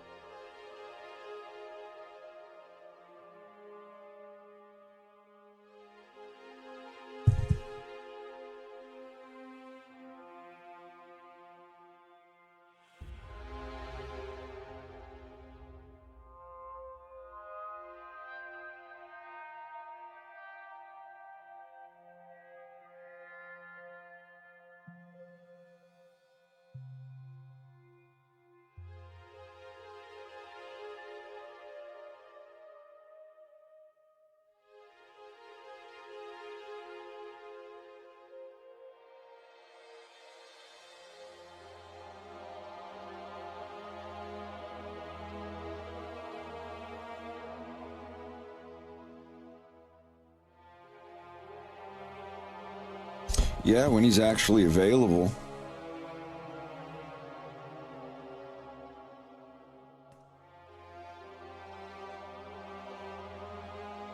All right, I don't know how long it would take.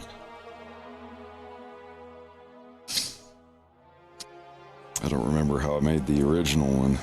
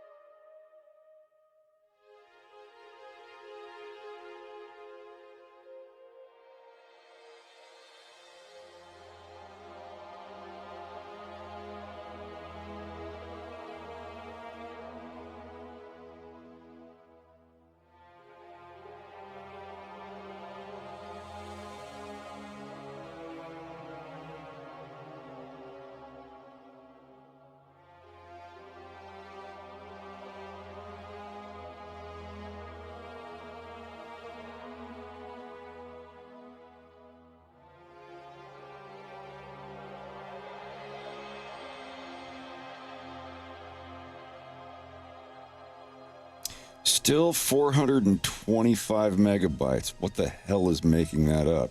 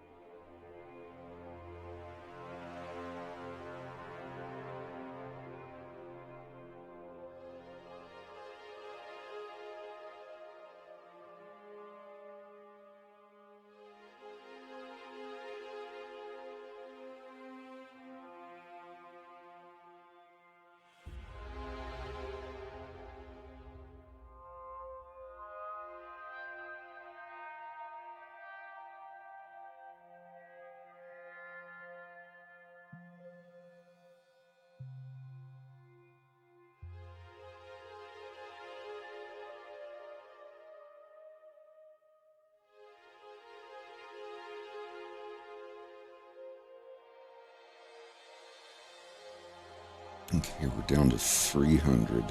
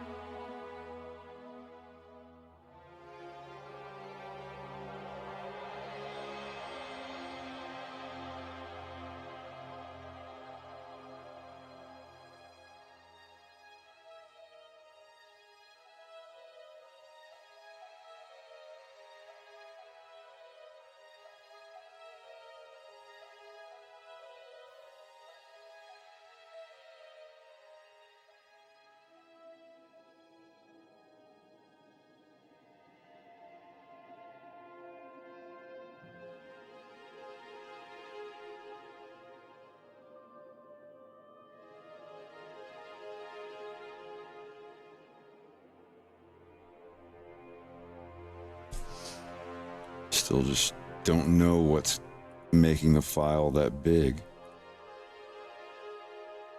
Surely it's not fair as walking animation.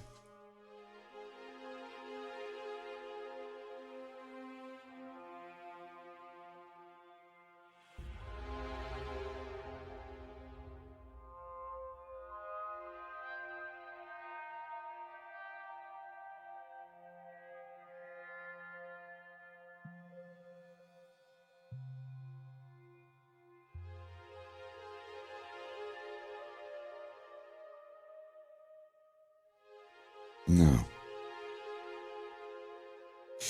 Well, that's where I have to troubleshoot.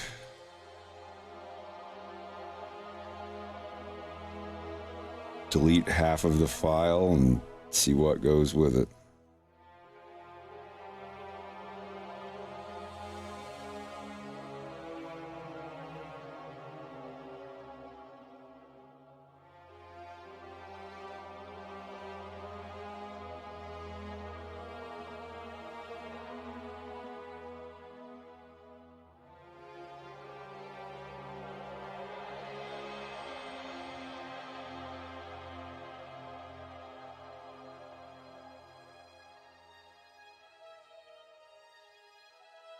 All right, I'm going to do from A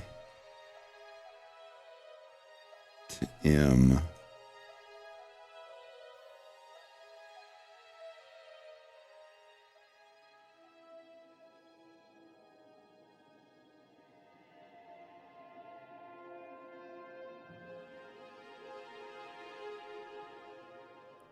And that brings us down to 72. So it's something in that first half of objects from A to M. What could it be?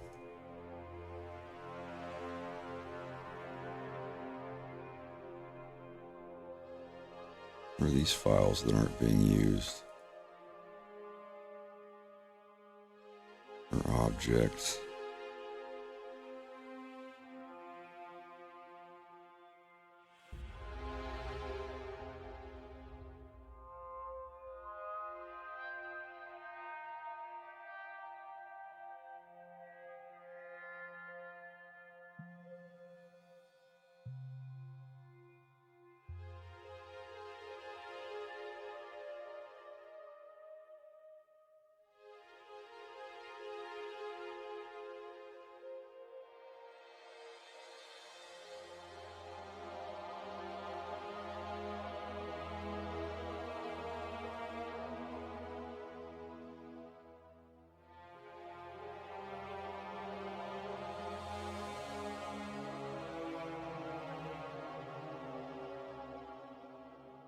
Where does that leave us?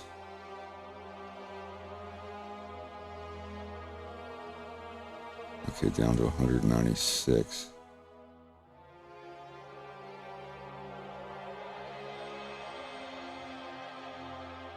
Is it just all the Office stuff? Let's look and see.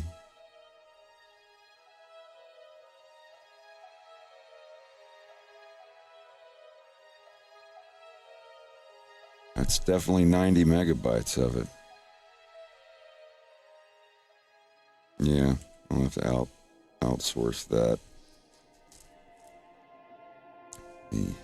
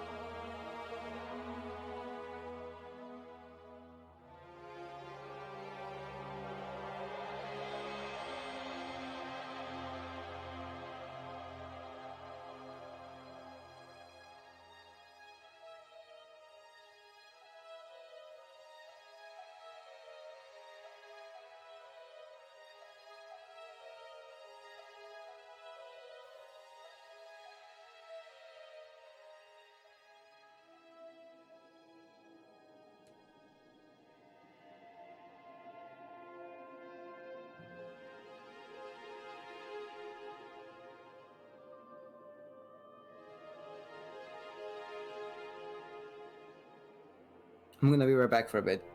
Alrighty.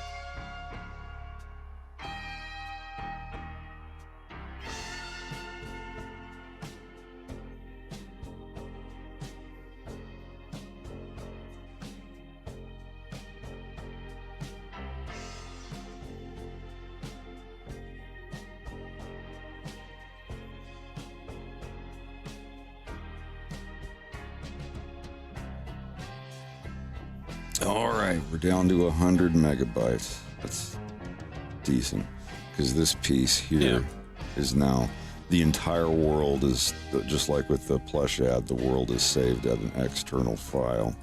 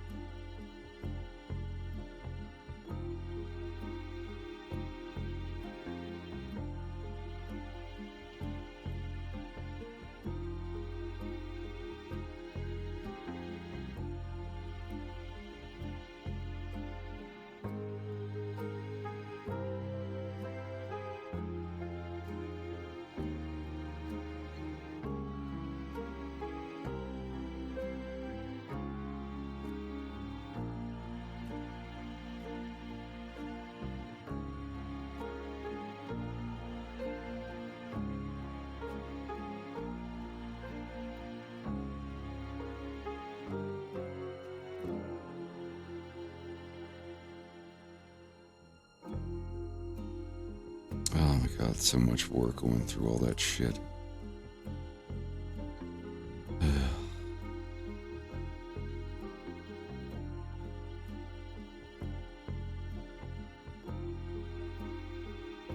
So that's Fox, that's Wolf, that's Farah, that's Perry.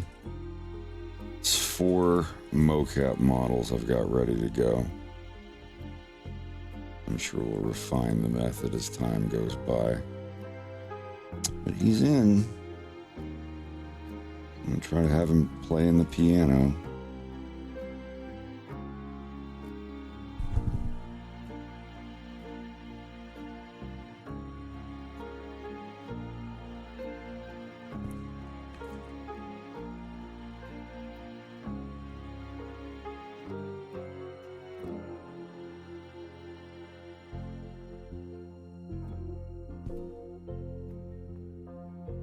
That's a good start. I'm going to have to make one for Stuart. I'm going to have to make one for Marvin. And then just a default one for the extras.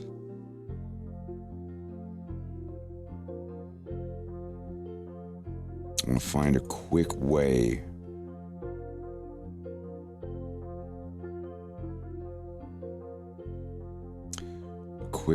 to just weld the heads on the bodies without having them be the same mesh. I think I could pull that off.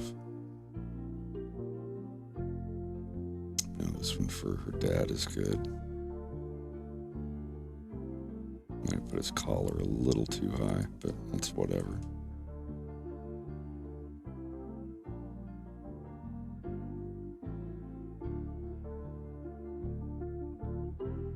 Here she comes, my shining star. She's just like, Dad, don't do this in front of everybody. She says, Dad, don't do this in front of everybody. I'm so embarrassed. Like, maybe as she's saying it to him, he's singing it. It's just like, God. No, that'd be great. That'd be great. I'll figure it out once I have all the characters turned into mocap over the next few days. I still got to give her a tail. Maybe I can just Frankenstein his onto hers at some point. Yeah, that wouldn't take too long. I mean, I think she already has the damn rig for... No bones. No bones. Well, I'll take care of that. I just copied his from Wolf. I just colored Wolf's tail a different color. But anyway.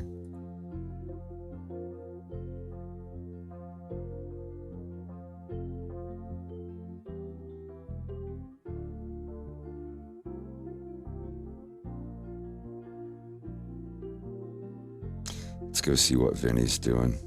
Oh God, he's playing Necrophosis.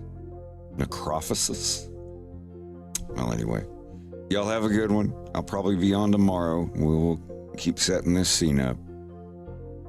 Have a good one.